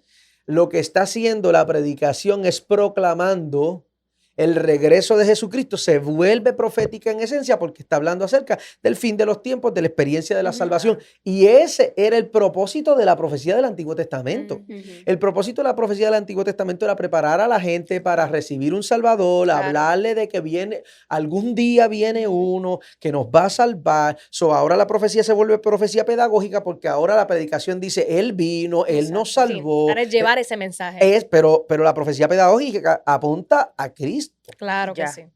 ¿sí? Claro que sí. En resumen, las profesiones son adivinanzas. Es que tú sabes lo que pasa. Esto es lo que yo siempre he visto. Tú quieres filtrar algo, tú quieres filtrar una profecía. Lo primero que tienes que filtrar es cuál fue el propósito de esa profecía que te dieron. ¿Qué hizo esa profecía? ¿Qué te dijo ese profeta? Ujú. ¿Verdad? Vamos a, entre comillas. ¿Qué hizo? ¿Te adivinó el nombre, la fecha de nacimiento? ¿Te dijo que vienen cielos abiertos? ¿Qué hizo? Dios Porque no- si no filtra por las funciones y el propósito de una profecía, es 100% cuestionable. ¿Qué se supone que yo haga aunque tú me adivines mi fecha de nacimiento? Y que se te murió el perro ayer y que estás sufriendo. Sin contar que nosotros estamos ignorando una expresión categórica que Dios le dio a su pueblo desde Deuteronomio capítulo número 28, que era, si la palabra se cumple, es de Dios y fue Dios el que habló, y si la palabra no se cumple, hágase todo profeta mentiroso. Ay. De manera Ay, categórica. Cristo. Y Brutal. tú sabes cuál es el problema? Ujú. Que muchos profetas, entre comillas, para asegurarse que esa profecía se cumpla, ¿qué hacen? Hacen profecías genéricas que Ujú. le caen a cualquiera. Entonces, Prefiero hay vender personas China que como no lechosa. tienen no tienen el conocimiento, ¿verdad? Y no han tenido todavía esa madurez espiritual, Ujú. son presa fácil. Son Porque vulnerables. es como que no, pero es que lo que él me dijo se cumplió. No, pero es que esta profecía se cumplió. Y cuando tú escuchas la famosa profecía, vendrá el lamento. Dios me libre. Así mismito, ¿me Ahora, entiendes? esto es bien importante porque si nosotros, ¿verdad? Los que creemos en la profecía pedagógica, centramos esa idea en que ahora la profecía no son nuevas revelaciones Ujú. y nuevas experiencias. Ujú. La profecía hoy es la aplicación y la predicación de las escrituras. Y si usted mira, por ejemplo, 2 de Timoteo capítulo número 3, versos 16 y 17, el apóstol Pablo le insta a Timoteo, predica, redarguye, enseña, corrige, porque la manera en la que la palabra de eso, y esto es bien importante, eso es lo que acerca a la iglesia a la suficiencia de las escrituras. Exacto. Exactamente. Soy yo como alguien que cree en la profecía pedagógica, yo considero que la palabra de Dios es suficiente Amén. para generar cualquier cosa sobrenatural que espiritual, profética, escatológica, apostólica que yo quiera que ocurra Galáctica. dentro de la Dimensional, iglesia. galáctica, atmosférica. La palabra de Dios tiene el suficiente poder Amén. como para generarlo en la vida de las personas. Por sí misma, ya. Ya que estamos en este tema, Ajá. entonces, que pienso que se conecta. Entonces, ¿qué pito toca? ¿Qué pito toca? ¿O qué es esta vuelta que ¿Qué hay? es la que hay? ¿Qué es la que hay con la danza profética? O con canciones proféticas. Adoración profética. Adoración profética. Manto profético. Que son todo lo toda profético. esta terminología que se mezcla con la palabra profético. Ok, Para que se escuche místico y espiritual. ok, claro está. esto, bueno, Primero, esto es el resultado de algo que es conocido en la historia de la iglesia como la reforma apostólica y profética. ¿Sí? Ahí A- está. Aproximadamente hay una persona, un pastor que se llamaba Peter Wagner. Peter Wagner a final de los 90, año 96, al principio de los años 2000, recibe una revelación y interpreta este verso bíblico que habla acerca del tiempo, del profeta Isaías, que habla acerca del tiempo de la restauración de todas las cosas. Ujú. Y él interpreta ese tiempo de la restauración de todas las cosas como un resurgir del ministerio apostólico y profético. Cuando resurge el ministerio apostólico y profético, ¿verdad? Cuando hay algunos aspectos de la iglesia que comienzan a interpretar como esta activación de dones y este resurgir profético, lo que empieza a pasar es que esto comienza a permear la doctrina de la iglesia. Entiéndase la doctrina de la prosperidad, Ujú, entiéndase los apóstoles ujú. y los profetas. Estos tres elementos son bien importantes dentro de la reforma apostólica y profética y van a ser un detonante bien dramático porque hasta que comienza el inicio de la reforma apostólica y profética, la pretensión de la iglesia para las figuras pastorales era que los pastores debían ser humildes, Ujú. personas sobrias, que debían ser personas no dados a las riquezas, que debían ser personas, etcétera. Ujú. ¿Sí? Era una imagen más sumisa, más de servicio. Ujú. La reforma apostólica y profética trae a la iglesia la propuesta de que Dios no quiere, by the way, eso es una cosa, eso le llaman el American Gospel, eso es un evangelio de la prosperidad basado en la cosmovisión de un país progresista. Eso nace en Estados Unidos. Ya. Y entonces comienza este discurso de lo profético, de lo apostólico, abriendo la brecha a toda una experiencia insaciable de revelaciones, de profecías, de sueños, de Del visiones, misticismo. etcétera. Ujú. ¿Qué pasa? Esto ya era complicado y a través del tiempo se ha vuelto cada vez peor. En estos días yo estaba viendo en TikTok a una profeta peruana que dice ser la encarnación del arcángel Miguel. Ay, qué chula ella. Y dentro de una iglesia ultra pentecostal, Ah, yo lo vi. ultra pentecostal, Yo lo vi. esta persona es tratada como una diosa Sí. por una revelación. Algo que nosotros ignoramos acerca de esto es que el apóstol Pablo nos había advertido que si viniera un ángel del cielo con otro evangelio, Wow. nosotros lo Exactamente. declaráramos anatema, porque llegaría el día donde se iban a levantar falsos pastores, falsos Claro. apóstoles, falsos maestros, que iban a buscar engañar a los santos. Mm. Entonces, el conflicto real es que la iglesia se encuentra inundada. Infectada. Y como ahora esto es más común que lo que solía ser la fe cristiana, ahora los que somos unos anticuados somos los que somos más conservadores teológicamente. Ujú. Curiosamente, hoy en día, los que somos más conservadores teológicamente, como yo, por ejemplo, pues dogmáticamente yo no soy una persona conservadora, pero teológicamente sí. Ujú. Y la gente, pues, se enfoca en mi percepción dogmática para invalidar la importancia teológica. Entiendo Y- perfectamente porque yo me siento igual. Y el problema de eso es que nosotros hemos introducido a la iglesia prácticas celtas, Ujú. prácticas de nueva era, Ujú. Ujú. New prácticas Age. Ujú. paganas. Ujú. Y dentro de estos actos proféticos no nos dimos cuenta que nosotros le abrimos la puerta al lobo Bien para que brutal. nos entrara al rebaño. Demasiada estos- subjetividad. En estos días yo estaba viendo un ungimiento de un pastor Oh, papá Dios. Yo tengo un respeto con los ungimientos. Pero anyway. y son bíblicos. No, pero no es que no Sí, sean sí. bíblicos, sino el descontrol que hay con los ungimientos. Sí, Había un ungimiento de un pastor y en Ujú. medio de esa experiencia de ungimiento, el apóstol saca una réplica de una espada de David. Ahí está le diste a mi preocupación. Entonces el pastor se arrodilló como si el apóstol tuviera la Excalibur en la mesa redonda del rey Arturo. Por favor, no. No, literal.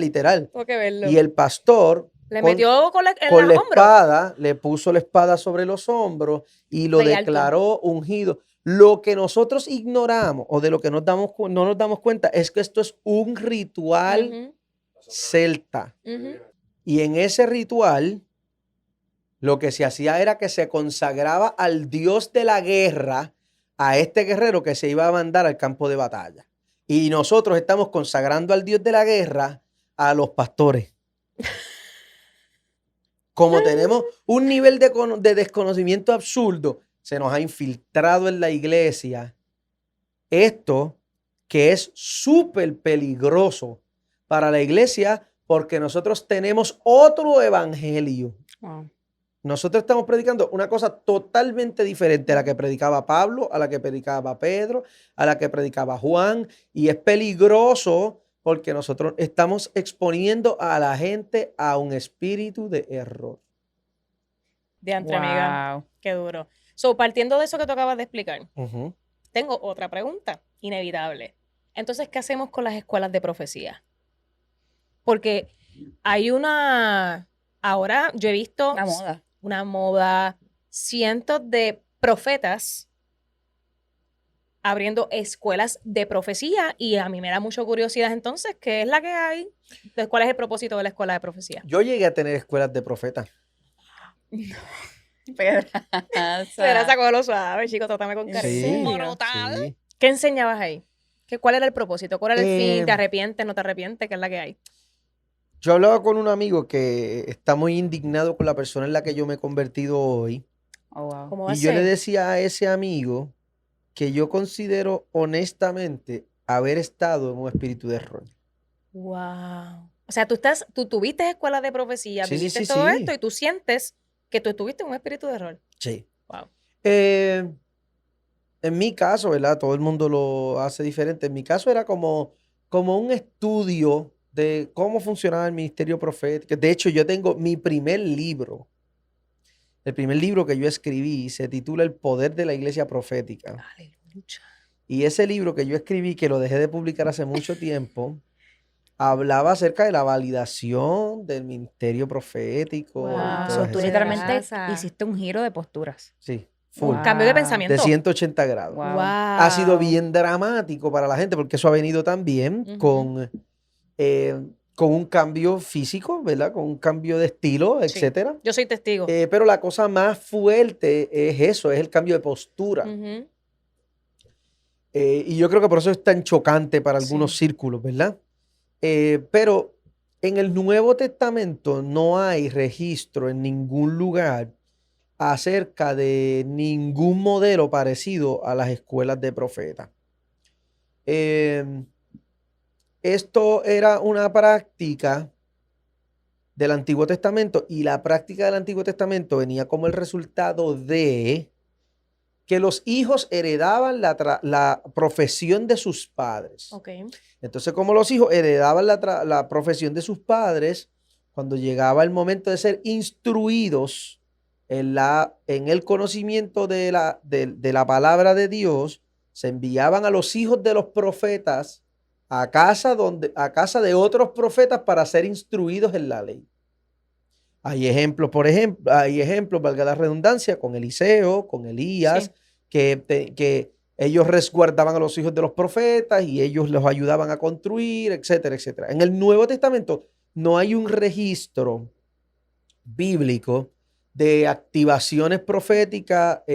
Eso es como si el Señor nos diera un regalo que tiene un disclaimer que dice, no viene con baterías.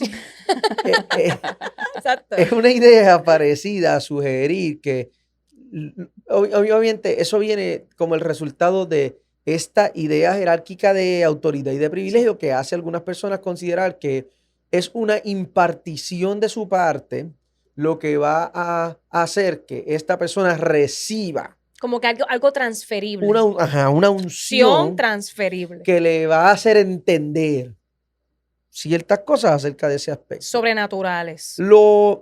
Si usted va a la Biblia y en el Nuevo Testamento, usted se va a dar cuenta que el enfoque del Nuevo Testamento es el discipulado y la formación bíblica.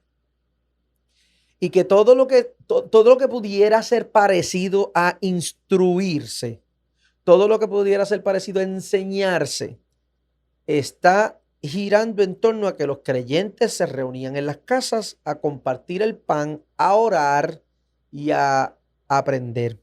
Si usted lee Hechos capítulo número 2, verso número 42, habla de ese propósito inicial de la iglesia primitiva, y el apóstol Pablo le habla a Timoteo en 2 de Timoteo capítulo 2, verso número 2, acerca de cuál debe ser el enfoque de aquellos creyentes que quieren conocer a Dios.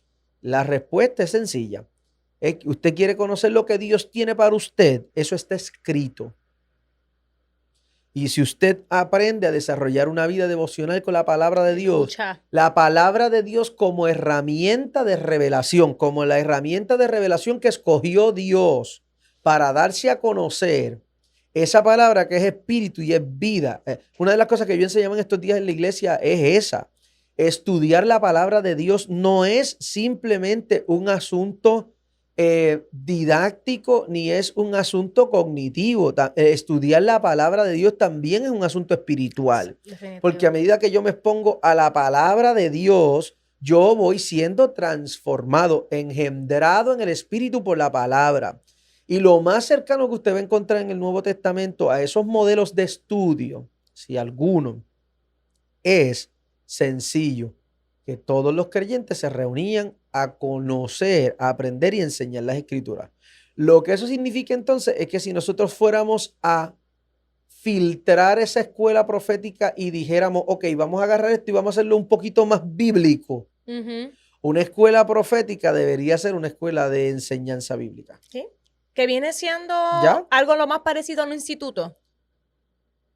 A un estudio bíblico, a un instituto, grupos en las casas, porque si la profecía ahora es pedagógica, si yo creo en la teología, en la profecía pedagógica, entonces una escuela profética es un estudio de las escrituras. Exactamente. Y no es un curso de soplar a la gente. Ok, pero el punto es ese. Cuando tú miras el currículo o la descripción de los cursos, porque esto es explícito, esto lo hemos visto promocionado en redes sociales. Ajá. Lo que dice es dimensiones, atmósfera, Cómo abrir acorde, portales, Ujú.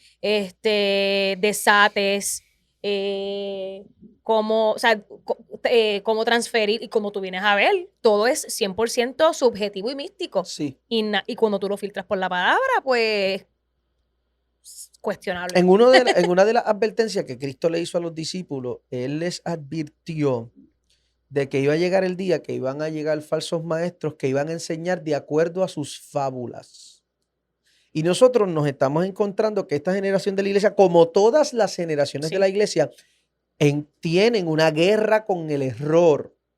Porque esto no es una cosa, no existe tal cosa como que en esta generación la iglesia, no, en esta no, en todas las generaciones de la iglesia ha luchado con el espíritu de error de afuera hacia adentro y de adentro hacia afuera. Ciertamente. Y en múltiples ocasiones, tanto el apóstol Pablo, el apóstol Pedro, el Judas escribió hablando acerca de, señores, nosotros tenemos un problema y es que hemos dejado infiltrar el error dentro de la iglesia. Esto es una dinámica que es una dinámica anticristo que ha venido como el resultado de una lucha espiritual por la verdad.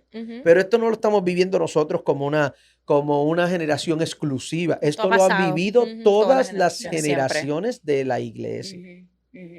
Ahora, nuestro trabajo como parte de esta generación es ser responsable con los que nos compete a nosotros en esta generación.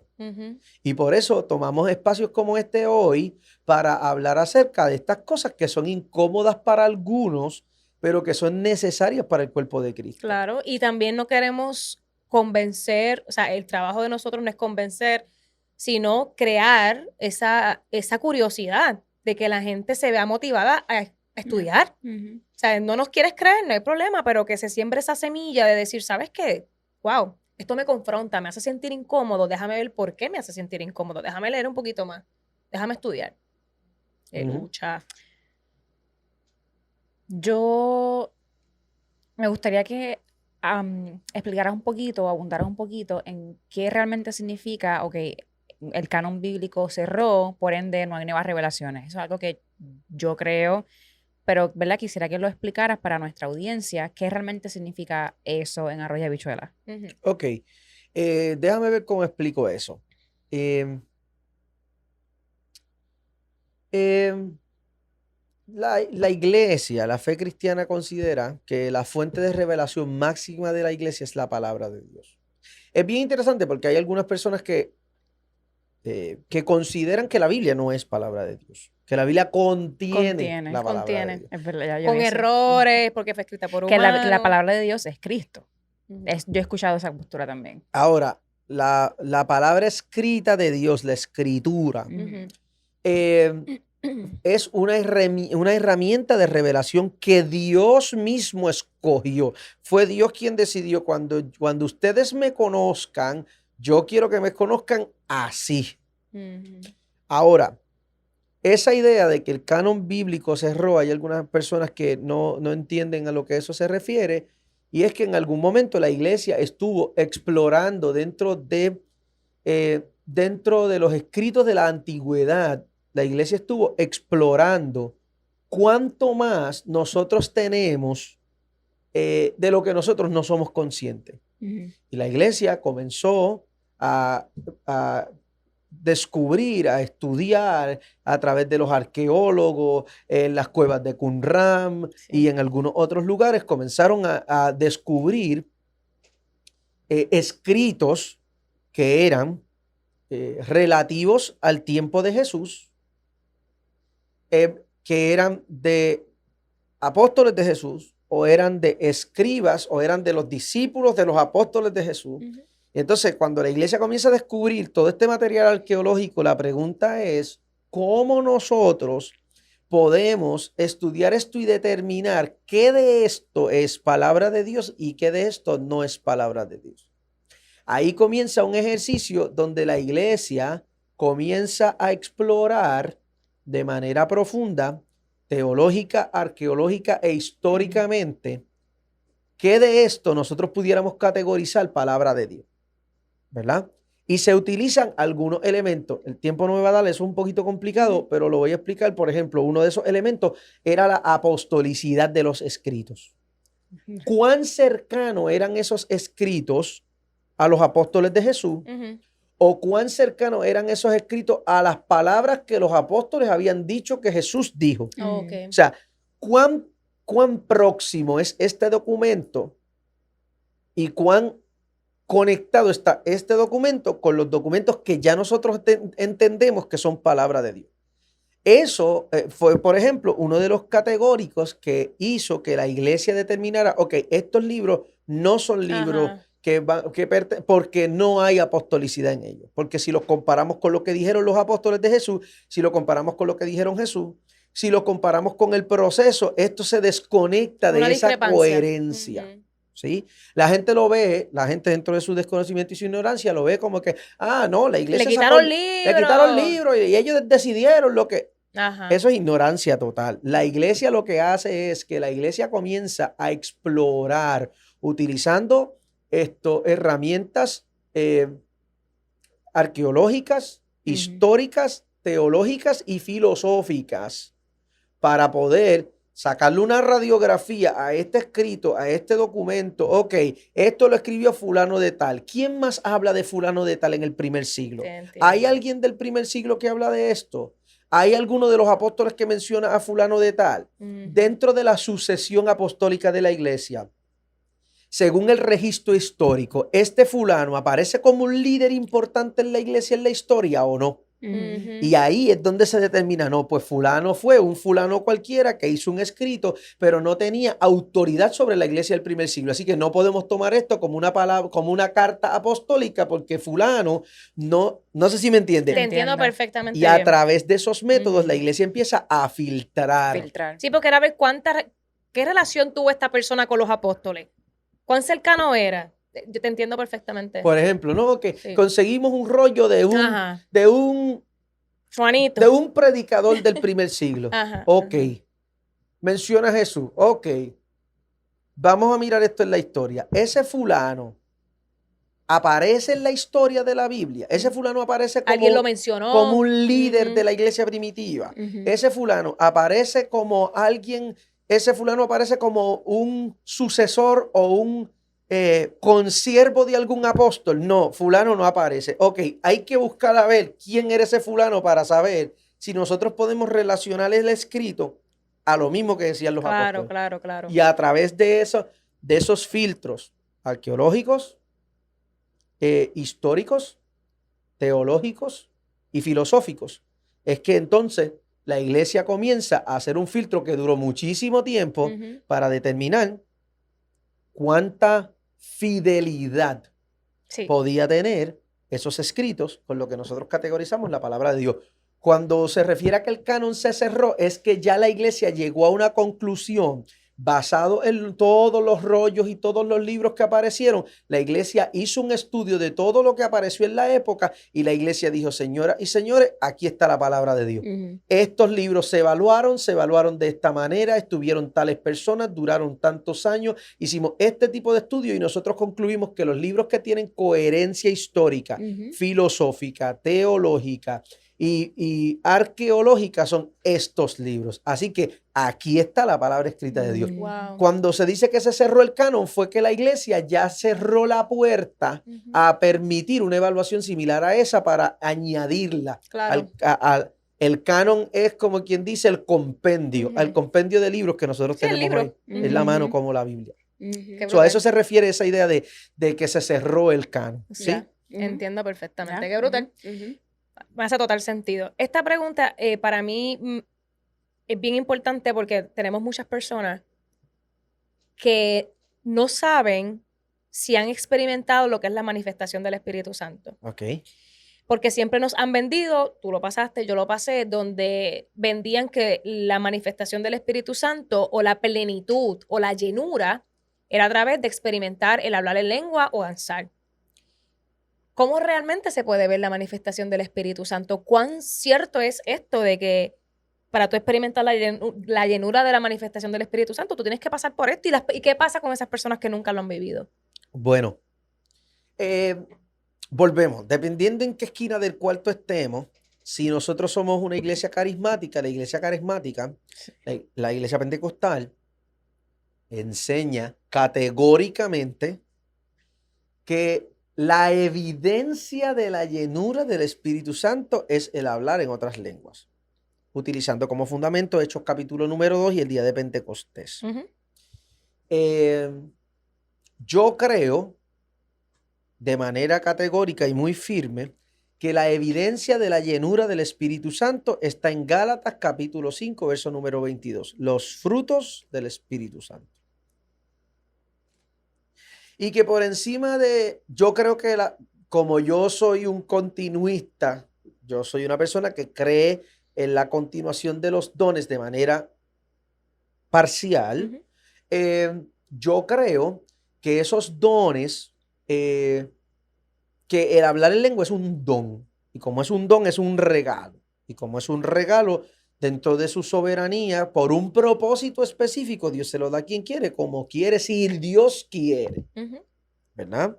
Para un propósito en específico. Ahora bien, no creo que esa es la evidencia de la llenura del Espíritu Santo. Creo que Gálatas capítulo número 5 habla de que nosotros tenemos como el resultado de una obra del Espíritu Santo el fruto del fruto. Espíritu. Importante, no los frutos, El el fruto. fruto. Es un fruto que es un solo fruto que está compuesto por 9 manifestaciones. La coexistencia de esas 9 manifestaciones es lo que se conoce como el fruto del Ujú. Espíritu. Ujú. ¿Sí?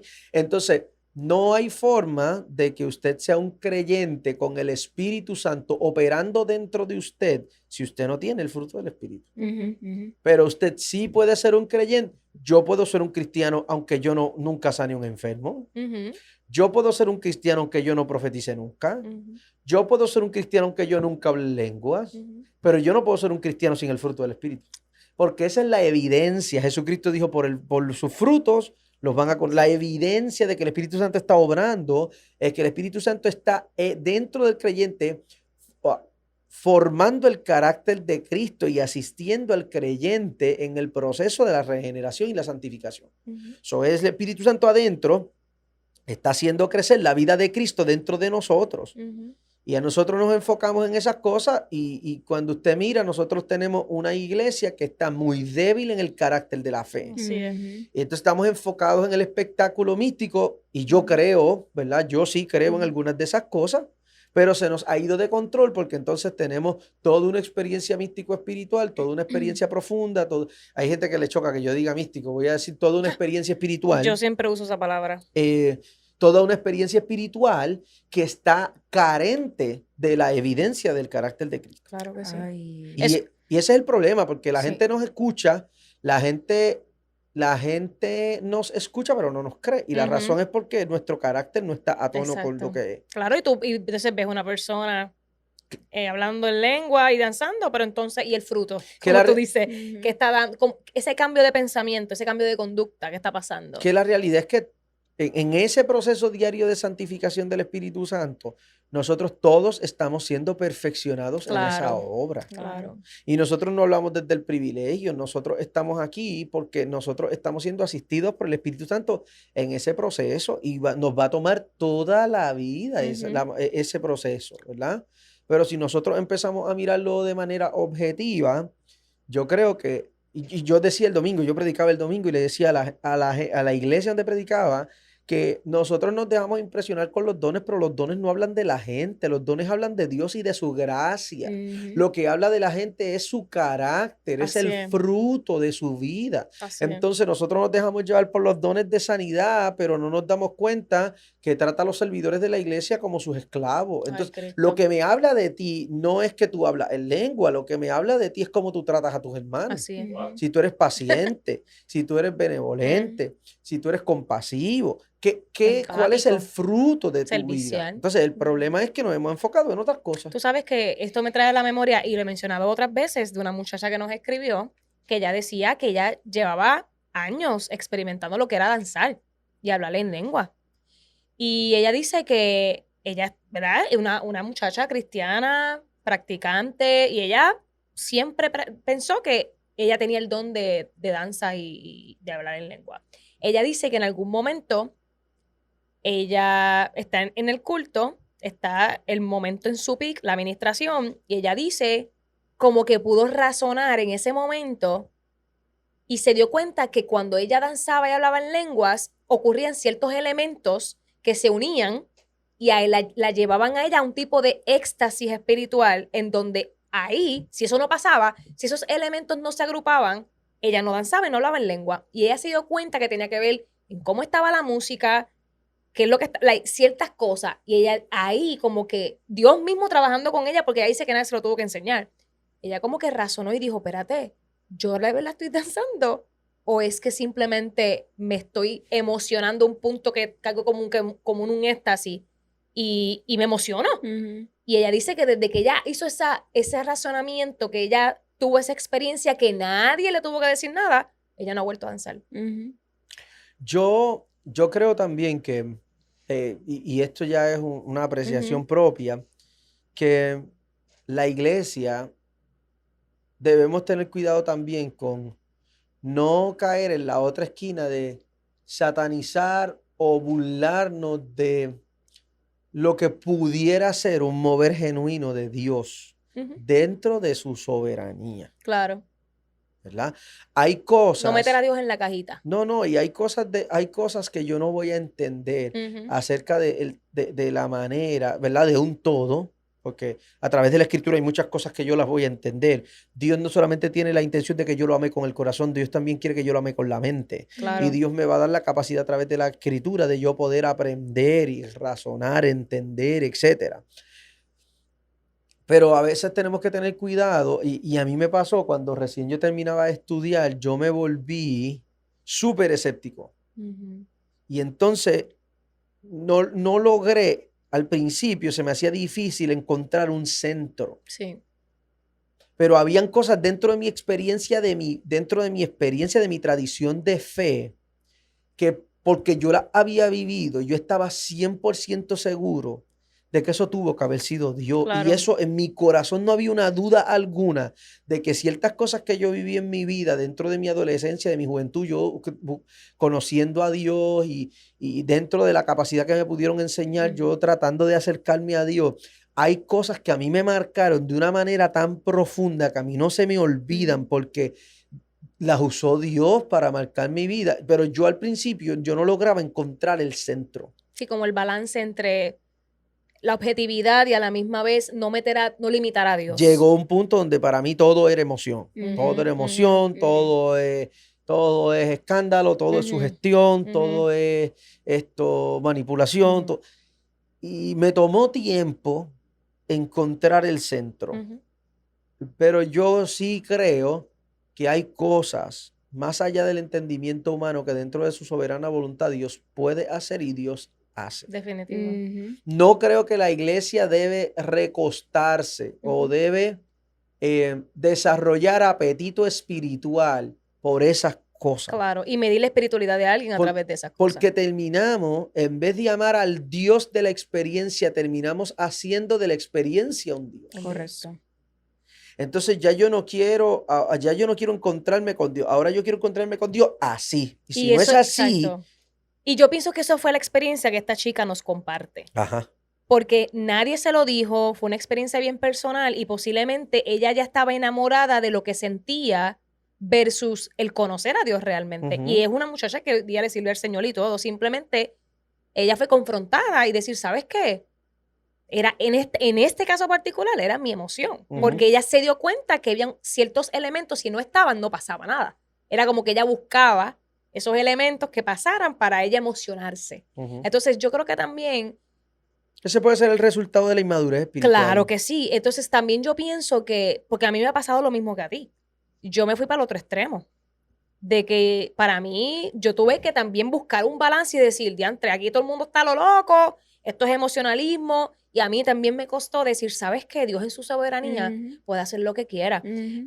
Pero yo pienso que también es por el abuso que ha habido Claro. Sí. del misticismo, y yo lo voy a decir sí, del misticismo y del show y del espectáculo, en donde tenemos que manipular tanto las emociones que desafortunadamente eso es lo que hemos representado y Ujú. parece un chorro loco. Entonces hemos dañado posiblemente para muchos una experiencia que, mira, maybe es genuina, pero por todo el chorro de locos irresponsables que tenemos hoy día, pues desafortunadamente muchos se han ido al otro extremo de verlo siempre como un emocionalismo. Claro, ¿Me entiendes? claro, claro. Aleluya. Bueno, esta conversación va a tomar un giro, Pedraza. De dimensión. No, vamos a cambiar la dimensión ahora. Lo siento mucho. Abróchate los cinturones. Nos vamos con Débora Martorell otra vez. Ya estamos terminando. Este tema nos persigue a nosotras, así que yo deseo preguntarte Ujú. cuál es tu opinión acerca de este tema. La musiquita. Tú pusiste musiquita, babe. La paternidad espiritual. Ajá. ¿Qué tú piensas? ¿Cuál es tu postura acerca de la paternidad espiritual que vemos hoy en día, incluyendo esta nueva ramificación de la paternidad espiritual saludable? Ujú. Yo tuve esta conversación, yo puedo mencionar el nombre, ¿no? Como Si, tú si es un, o sea, si es un evento que pasó en tu vida, claro, si es un hecho, claro que sí, ¿por qué no? Yo tuve esta conversación hace 3 o 4 años atrás Ujú, con el apóstol Rafael Mojica. ujú, Me invitaron a ¿verdad? Él es un conocido precursor de esta falsa doctrina ujú. de la paternidad espiritual. Y nosotros me invitaron a un foro, Claro. en una emisora de radio, Ujú. porque invitaron a otras personas y pues esas otras personas quizás, no sé, se amedrentaron, no sé. Ujú. Yo no conocía a esta persona, pero me invitaron, me dijeron, mira, vamos a tener un foro, una conversación, teología. Yo no soy un experto en teología, yo no me considero un teólogo, yo me considero un pastor que ama la palabra Ujú. y alguien que no le tiene miedo a hablar. Claro. Eso es todo. Yo no me considero una persona súper calificada para esto, pero mis amigos los calificados están escondidos en sus bibliotecas y escondidos en sus... Wow. y lamentablemente el mundo está haciendo preguntas y la iglesia no está contestando nada. Así mismo es.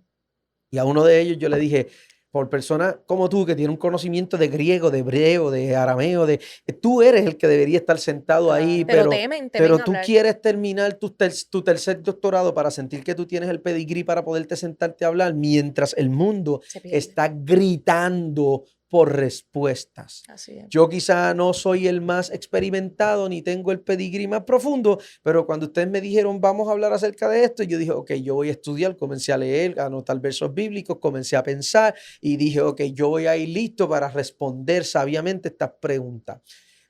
Yo considero que esa paternidad espiritual viene siendo el nuevo papado. Wow. Es un concepto de un papado moderno, ¿verdad? Ujú. Es esta idea de si usted lo compara con la percepción católica de la función papal, Ujú. es exactamente la misma. Wow. Exactamente la misma. El padre de la iglesia, el padre de la fe, el que recibe la revelación y transmite la revelación, Ujú. etcétera. Ahora, de manera práctica, usted se va a dar cuenta que hay muchos problemas teológicos aquí. No es uno, no son dos, no son tres. Múltiples. Son muchos problemas teológicos. El primero de ellos es un problema craso de interpretación bíblica.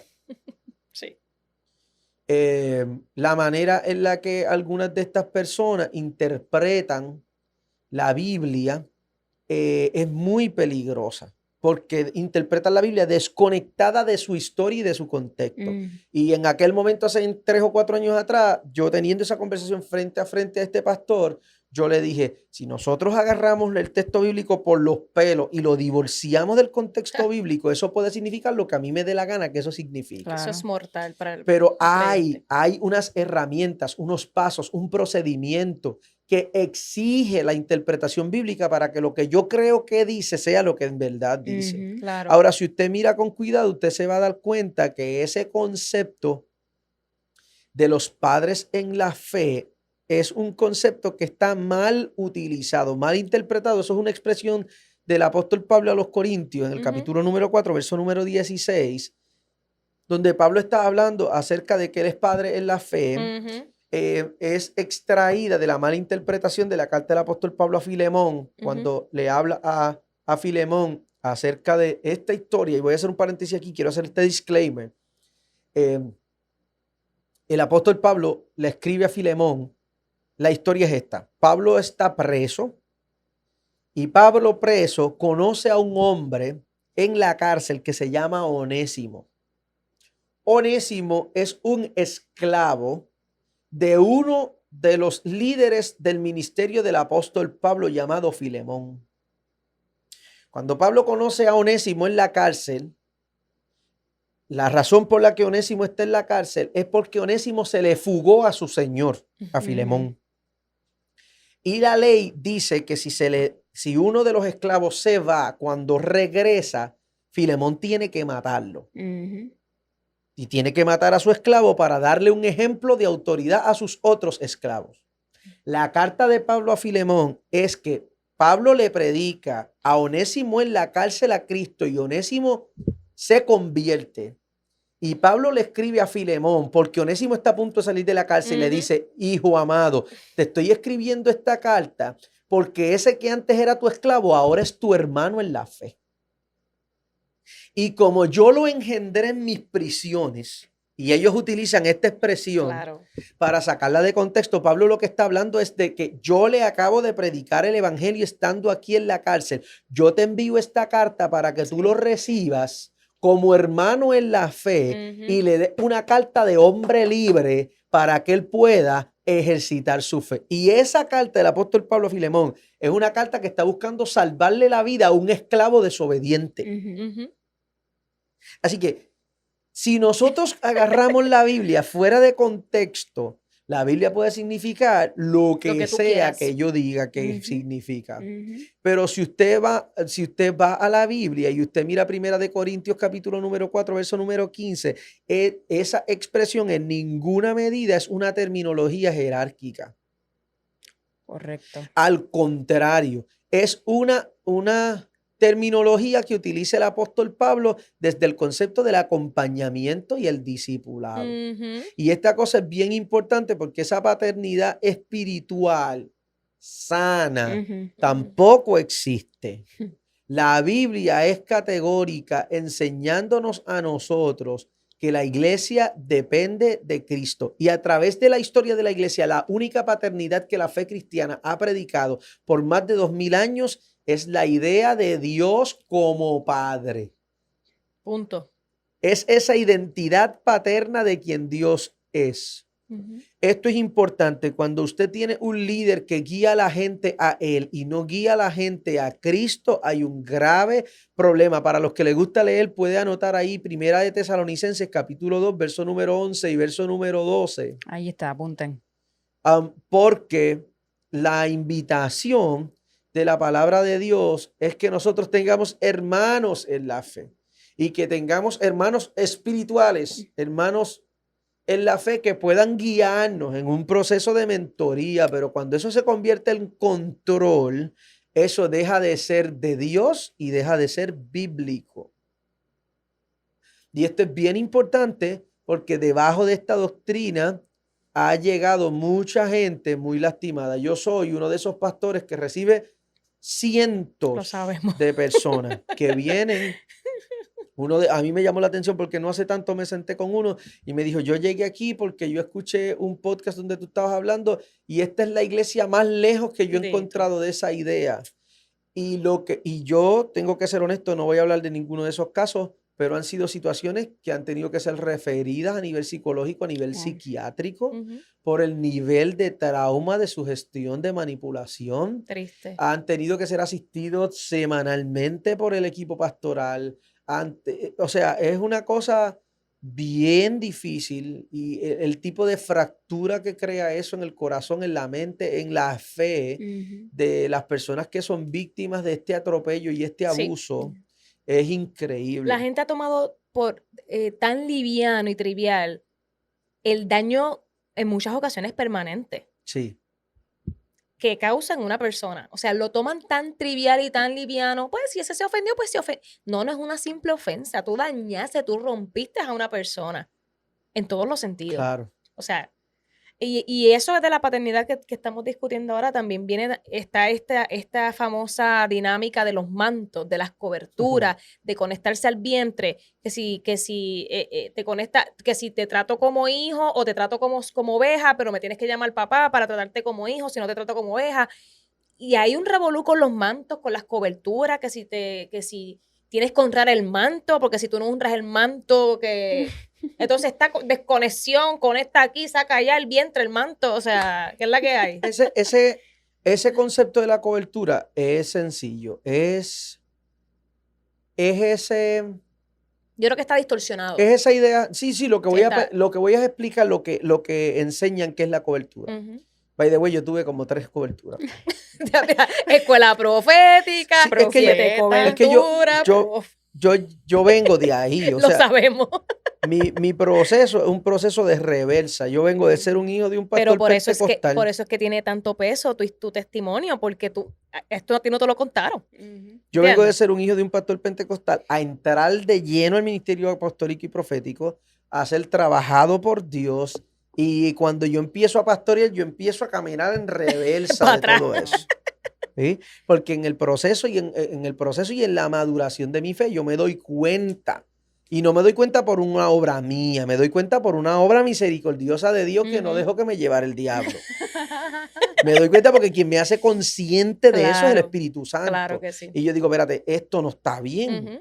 Y yo empiezo a revisitar lo que yo creo que son los fundamentos de mi fe y ahí empiezo a darme A cuenta que yo estoy chocarte. chocando bien brutal con eso y el Espíritu Santo me da la valentía de retractarme, Wow. Gloria a Dios.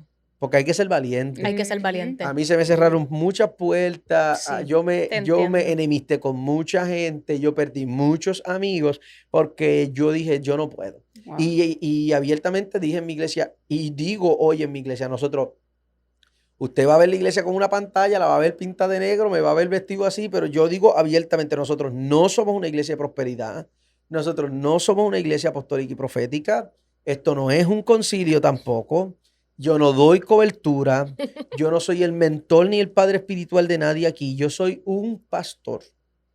No hay nada malo con ser un pastor. Últimamente esta generación de la iglesia, el pastor es una Sí, porquería. Es una porquería porque si eso es como Monat, tú sabes, de pastor pasas a apóstol, de apóstol a Yo, obispo. yo soy un pastor. Yo le dije a mi iglesia, nosotros estamos en un proceso de plantación de iglesia, estamos por abrir el tercer campus. Y yo le dije, nosotros podemos tener 100 campus y yo siempre voy a ser el pastor José Pedraza. Exacto. Exactamente. Ahora, ese concepto de la cobertura, esta idea de que el ungido de Dios recibe un privilegio de Dios que reparte en aquellas personas que están afiliadas o conectadas a él, a sus enseñanzas y a sus organizaciones. Si usted va a la Biblia, no existe ni en el Antiguo ni en el Nuevo Testamento una referencia parecida a una cosa como esta. Utilizando de manera distorsionada y atroz un versículo que habla, un salmo que habla Atroz. acerca de la barba de Aarón, del aceite que se derrama sobre la cabeza de Aarón y baja por las barbas hasta las vestiduras. Eso es un concepto levítico sacerdotal en el Antiguo Testamento. Y estos pseudoapóstoles utilizan este texto bíblico para hablar acerca, utilizando eso fuera de contexto, de que lo que Dios le derrama a ellos se le suelta a sus hijos. Ay, Dios mío. Wow. La impartición. No hay Wow. un modelo, no hay una referencia bíblica. Y señores, lo que es peligroso en realidad es que la fe cristiana debe estar fundamentada en lo que dice la Escritura. Ujú. No hay un modelo de cobertura espiritual. Ese modelo de cobertura espiritual es una dependencia Ujú. de un ser humano y Escuchen. no aparece de ninguna manera. Si usted va a la Biblia, Efesios capítulo número 1, verso 22 y 23, Colosenses capítulo 1, verso número 18, la cobertura de la iglesia es Cristo. That's it. Ay, mira. Los pastores, según la Biblia, somos administradores. Y cuando usted busca, la Biblia utiliza como administradores la palabra mayordomo y para efectos de los esclavos, el mayordomo es un señor, pero para efectos del señor, el mayordomo es un esclavo. Ay, papá Dios. Ahí me perdí. El dueño de la casa, el Ujú. dueño de la casa, Ujú. para los otros que trabajan en la casa, el mayordomo es el señor de la casa. Ujú. Y administra la casa como si la casa fuera de él. Ujú. Así lo ven los otros que trabajan en la casa. Ujú. Pero el señor, el dueño de la casa, ve al mayordomo como un esclavo igualito que el Claro, resto. así sí. Ya. Imagínate una novela mexicana que está el mayordomo Ya. y está la servidumbre. El que corta, el jardinero ve al mayordomo como El si él fuera el jefe. El jefe. Pero el dueño de la casa ve al mayordomo como que el mayordomo es un esclavo esclavo más. como cualquier otro. Ya. Es así mismo. Y el concepto de mayordomía de la fe cristiana es solamente eso, es que el Señor nos ha confiado a su iglesia y el Señor espera que nosotros podamos cuidar su iglesia. Ahora, si usted lo mira con cuidado, nosotros no podemos, según la Biblia, ejercitar ningún dominio espiritual en lo absoluto de algo que no nos pertenece. Toma. Que esa cobertura nosotros la recibimos a través de la sangre de Jesús por causa de su gracia. Ujú.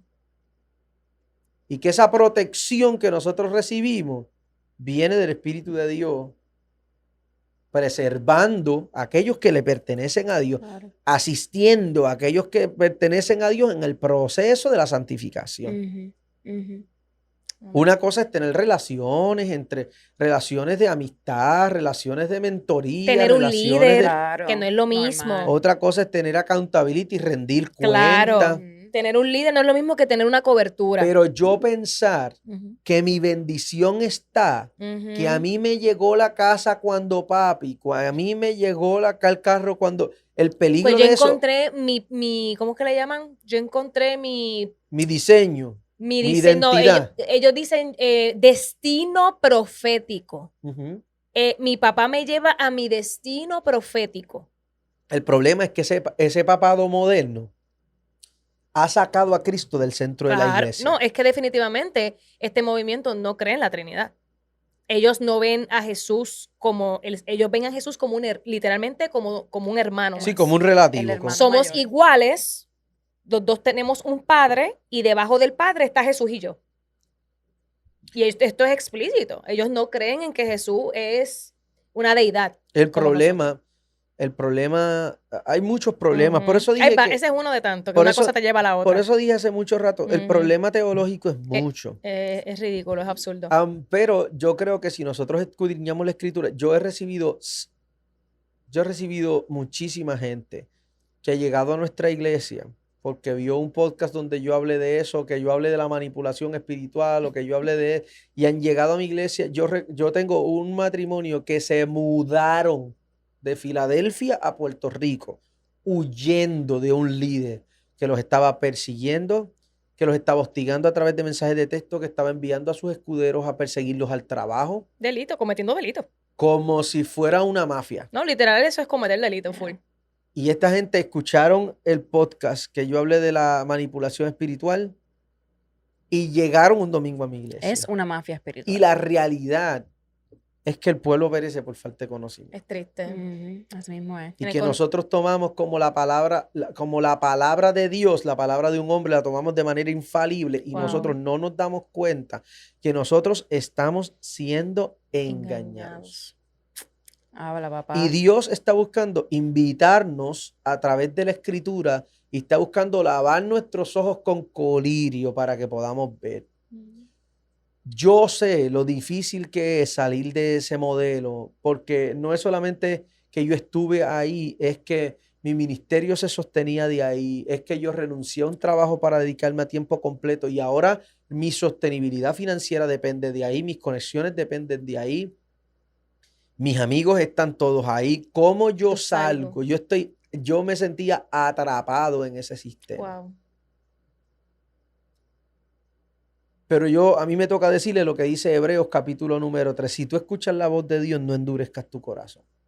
Cuando Dios está invitándote de manera ocasional a chocarte con temas como este, el Espíritu de Dios está buscando a través de la palabra a llamar tu atención para que tú te hagas preguntas profundas acerca de tu fe Así mismo. y busques. Alguien me dijo, pastor, pero ¿y cómo yo lo hago? Alguien de otra congregación, ¿cómo yo lo hago? Siéntate con tu líder y pregúntale, Ujú, ¿qué nosotros creemos aquí con relación a este tema? ujú. ¿Qué postula esta iglesia? ¿Qué creemos de la salvación? Ujú. ¿Qué creemos acerca de esto y de esto Claro. y de un líder un líder espiritual que está haciendo su trabajo de alimentar al pueblo de Dios? Debe no tener ningún problema con contestar esas preguntas. Así es.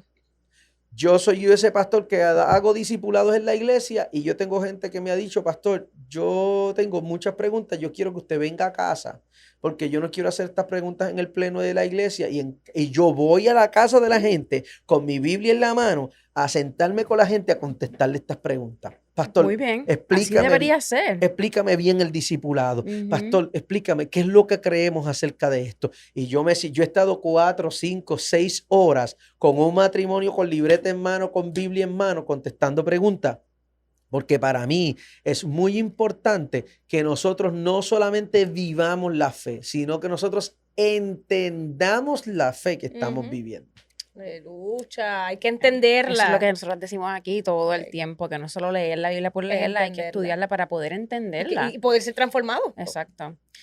Bueno, Pedraza, ya estamos concluyendo este episodio. Tengo unas preguntitas que quiero que sea como un ping pong. ¿Ok? Te la pregunto y tú me vas a decir Ping sí, pong. no, y si quieres dar una explicación Breve. breve, cool. Si no, Ok, vamos a si ver quieres si nos dejarla sa- así o no, también Vamos a ver está si bien. nos sale, dale. Ok. ¿Los tatuajes son pecados? No. Ay. Levítico, voy a hacer el paréntesis. Sí. Levíticos capítulo número 28 no hace una referencia explícita acerca de los tatuajes y la referencia que está haciendo es de un ritual religioso perteneciente a una práctica al dios Ra, el dios de los Sí. muertos. Ujú. Ujú. No existe un versículo en la Biblia que condena los tatuajes como pecado. Hay alguna gente que me dice, no, pero en la Biblia, Levítico capítulo 28, verso número 16, si vamos a usar Levítico capítulo número Tenemos- 28, tenemos- un solo verso para establecer una doctrina, yo puedo usar Apocalipsis capítulo 21 para decir que él tiene escrito en su muslo Rey de Reyes y Señor de Señores. Eso mismo, creo que nosotros lo comentamos, ese mismo No, versículo. no hay un verso bíblico que pueda... La Biblia no necesita ayuda para decir que es pecado y que no es pecado. De manera categórica, la Biblia dice, esto sí es pecado, no? esto no es pecado. Claro, hay una realidad. La iglesia se acogió a unos parámetros sociales Sí. en un momento específico de la historia para buscar hacer una distinción entre los cristianos y los no Claro. cristianos por causa de una revolución social. Ujú. Entiéndaselo, a finales de años 70, finales de los 60, principios de los 70, la revolución hippie, etcétera, etcétera. La iglesia se propuso conservarse. Sí, como para distinguirse de ellos, no verse igual. Como había una revolución ujú. social que estaba siendo perseguida por causa del abuso de sustancias, etcétera, la iglesia decide, pues los hombres cristianos no van a usar barba, los hombres Exacto. cristianos no van a hacer esto, las mujeres cristianas no van a hacer aquello, no porque fuera algo extraído de la Biblia, sino se volvió un dogma con la intención de diferenciarse. Claro, entendemos perfectamente. Próxima pregunta. Bello. Ese ping-pong Tengo fue otra. bien largo. Ajá, dale. Esa bola se fue a Pekín. Sí. ¿Un cristiano se puede recasar? ¿Cómo lo Sí. ves tú? Sí. La Biblia con relación al tema de recasamiento, la Biblia es bien específica con relación al tema de recasamiento. Quien habla del tema de recasamiento es Jesús mismo, explicando cuáles son los parámetros bíblicos para el recasamiento. Yo creo en el Dios de las segundas oportunidades. Yo he visto a Dios restaurar gente de una manera maravillosa. Esa es la gracia maravillosa de Dios. Pero sí creo que nosotros obviamente tenemos que cuidarnos del abuso de ciertas Claro. cosas, como todo, pero yo sí creo que sí, que se puede un cristiano recasar y Dios restaurar. Amén, Amén, aleluya. amén. Dos más. La salvación se pierde. Ese tema en un sí y un no lo vamos a poder contestar. Ok, perfecto. Pero quiero hacer este paréntesis aquí. Si usted profesa la fe cristiana y usted se congrega recurrentemente en una iglesia, esta es una pregunta que la mejor persona para responderlo es su pastor de su iglesia local. Porque yo como pastor de mi iglesia local, yo tengo una postura muy firme con relación a este tema. Y la gente que se discipula en mi iglesia no solamente me escuchan, yo se los enseño, se los explico. Y yo le animo a que si usted vive una vida práctica de fe dentro de una comunidad de fe, usted se siente con algún líder, algún mentor o algún pastor para preguntarle, ¿nosotros creemos que la salvación se pierde o no? Pero tú hiciste, hablamos esto ayer y esa pregunta me encantó. Que yo me ¿Qué acosté a las 3 dijiste? de la mañana Que tú casi. dijiste, y solamente, la voy a dejar ahí para que la gente se rompa la cabeza, Ajá. como tú dijiste, si la salvación no se gana por obra, se pierde por obra. Dios te guarde, dase. Tanto la minimizamos, Ajá. tampoco valor le damos a ese sacrificio que por una obra la perdemos. Ujú. Y yo, Siéntese con su líder, siéntese con su pastor. Ujú. Como una pregunta casual, pastor, ¿qué nosotros creemos de la salvación? Ujú. Yo tuve un amigo pastor que me dijo, yo no tengo una idea concluyente acerca de la salvación. Ujú. Y mi respuesta para mi amigo pastor fue, pues tú deberías dedicarte a otra cosa. Oh. Porque toda la fe cristiana va a llevar a los creyentes a la experiencia de la salvación. Ujú. Y si tú no tienes una idea concluyente de dónde se engancha Wow. todo lo que tú le predicas a la gente, Claro. tú necesitas, si tú eres un cristiano, tú necesitas tener una idea concluyente acerca de lo que tú Claro que consideras que es la salvación. Y vivirlo y creerlo con y toda tu- la pasión del mundo. Y tu líder y tu pastor es la persona indicada para responder esa pregunta. Claro. Amén, Dale. aleluya. Última pregunta, amiga. ¿La mujer puede ser pastora? Yo creo que sí. Y la razón por la que yo creo que sí es porque hay una distinción. El apóstol Pablo habla de que por causa de la sangre de Cristo ya no hay ni hombre ni mujer, ni esclavo ni libre, ni gentil ni judío. Y por causa del sacrificio de Cristo, nosotros hemos sido invitados para nosotros tener acceso. Yo creo que sí, sé que eso es una conversación complicada, compleja, Ujú. interesante. Hay algunos aspectos de la cristiandad que creen que las mujeres no pueden ejercer autoridad sobre el hombre.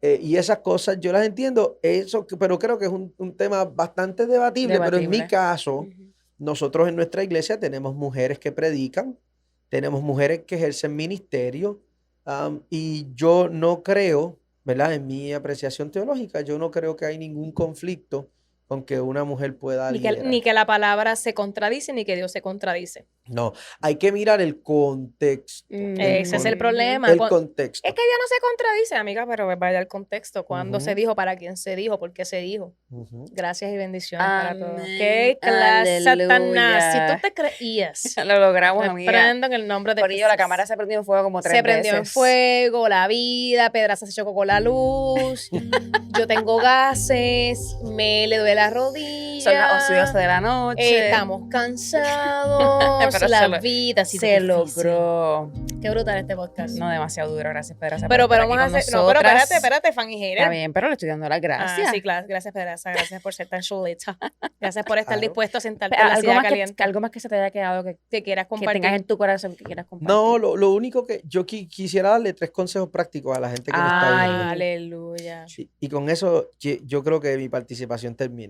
Lo primero que quiero recomendarle es que no hay forma de vivir una espiritualidad bíblica alejado de una comunidad de fe. Amén. Eso es La así. invitación de la palabra de Dios es a que nosotros hagamos vida de fe en comunidad. Número 1. Número 2, que usted busque un líder, un mentor que le pueda dirigir en el conocimiento de su fe. Si usted no se acerca a un cristiano maduro que conoce y entiende las escrituras, las redes y la sobrepoblación de información va a llevarlo a usted a volverse loco con la dirección a la que usted debe caminar. Yo les recomiendo que usted busque un líder, un pastor, o un mentor o un líder de grupos pequeños, dependiendo cómo sea la estructura de la iglesia. Alguien que la iglesia haya aprobado su testimonio y que la iglesia lo autorice como un cristiano maduro para dirigir a otros. Acérquese, haga todas sus preguntas. Alguien me escribió ayer: ay, pastor, me dijiste que te hiciera preguntas y a mí me da pena. Y yo le dije: tienes que hacerme tú. Si no te las contesto yo, ¿quién te las va a contestar? Las va a contestar YouTube, te las va a contestar ChatGPT. Y la realidad es que eso no está conectado a lo que nosotros creemos aquí. Exacto. Y el tercer consejo que quiero darle es que no demonice la experiencia de conocimiento. Dios también, la espiritualidad cristiana también nos invita a servir a Dios con la mente. Y es Amén. espiritual aprender a buscar a Dios con conocimiento, porque lo que ocurre a través de esa experiencia cognitiva es que hay una transformación en la vida espiritual nuestra. Así que yo le animo a que usted desarrolle una vida en comunidad, no estudie la Biblia solo, busque gente que lo ayude, que lo pueda guiar, gente que conozca un poco más de usted. Ahí es donde está la belleza de la iglesia. La belleza de la iglesia existe en que nosotros nos toleramos los unos a los otros en amor y nosotros nos ayudamos los unos a los otros para ser perfeccionados a la estatura de Cristo hasta que Él regrese. Amén. ¡Qué lindo! Aleluya. Ay, Dios mío, quiero danzar. Ya me la daba, papá. Bueno, vamos para hacer parte al pastor José Pedraza de esta sesión favorita de nuestros seguidores, que Claro es que el sí, fan y el amiga. hater de la semana. Amén. Hazme amén. conteo. Claro que sí. Vamos con el hater de la semana en 3, 2, 1. Tenemos a nuestra amiga Enav. Qué chulita. Ella dice: voy a pretender que esta cuenta es una parodia. No lo es. Lamento que tu pretensión falló. Gracias, Enav. Somos reales. No estamos en la dimensión paralela.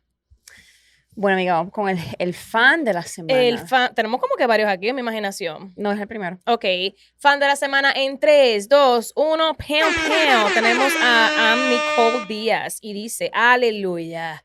Lo voy a decir como lo digo yo: aleluya. Gente hablando claro y sin tapujos. Amén, amén. Así, somos sencillas, amén. somos delicadas, somos dimensionísticas, somos apostólicas, proféticas y mantolísticas. Creo que sí, amiga. Antes Guau. de irnos, Pedraza, Dios nos te podrías dar guarde, tus da redes sed. sociales para que la gente se pueda conectar Sí, contigo, de tu iglesia. Todo. Claro.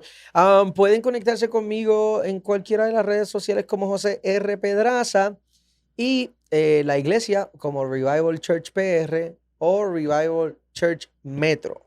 Una de ellas en Juncos y una en el pueblo de Bayamón, Puerto Rico. Claro que sí, hemos mandado como 250 personas para allá, claro que sí, lo Literal. sentimos mucho, si no tienes, lo sentimos, tendrás que abrir una tercera iglesia.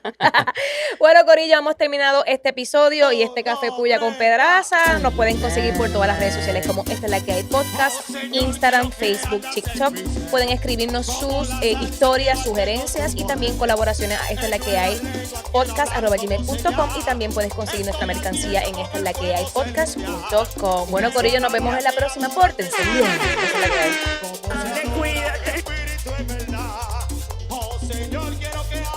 Se nos rompe rebelde.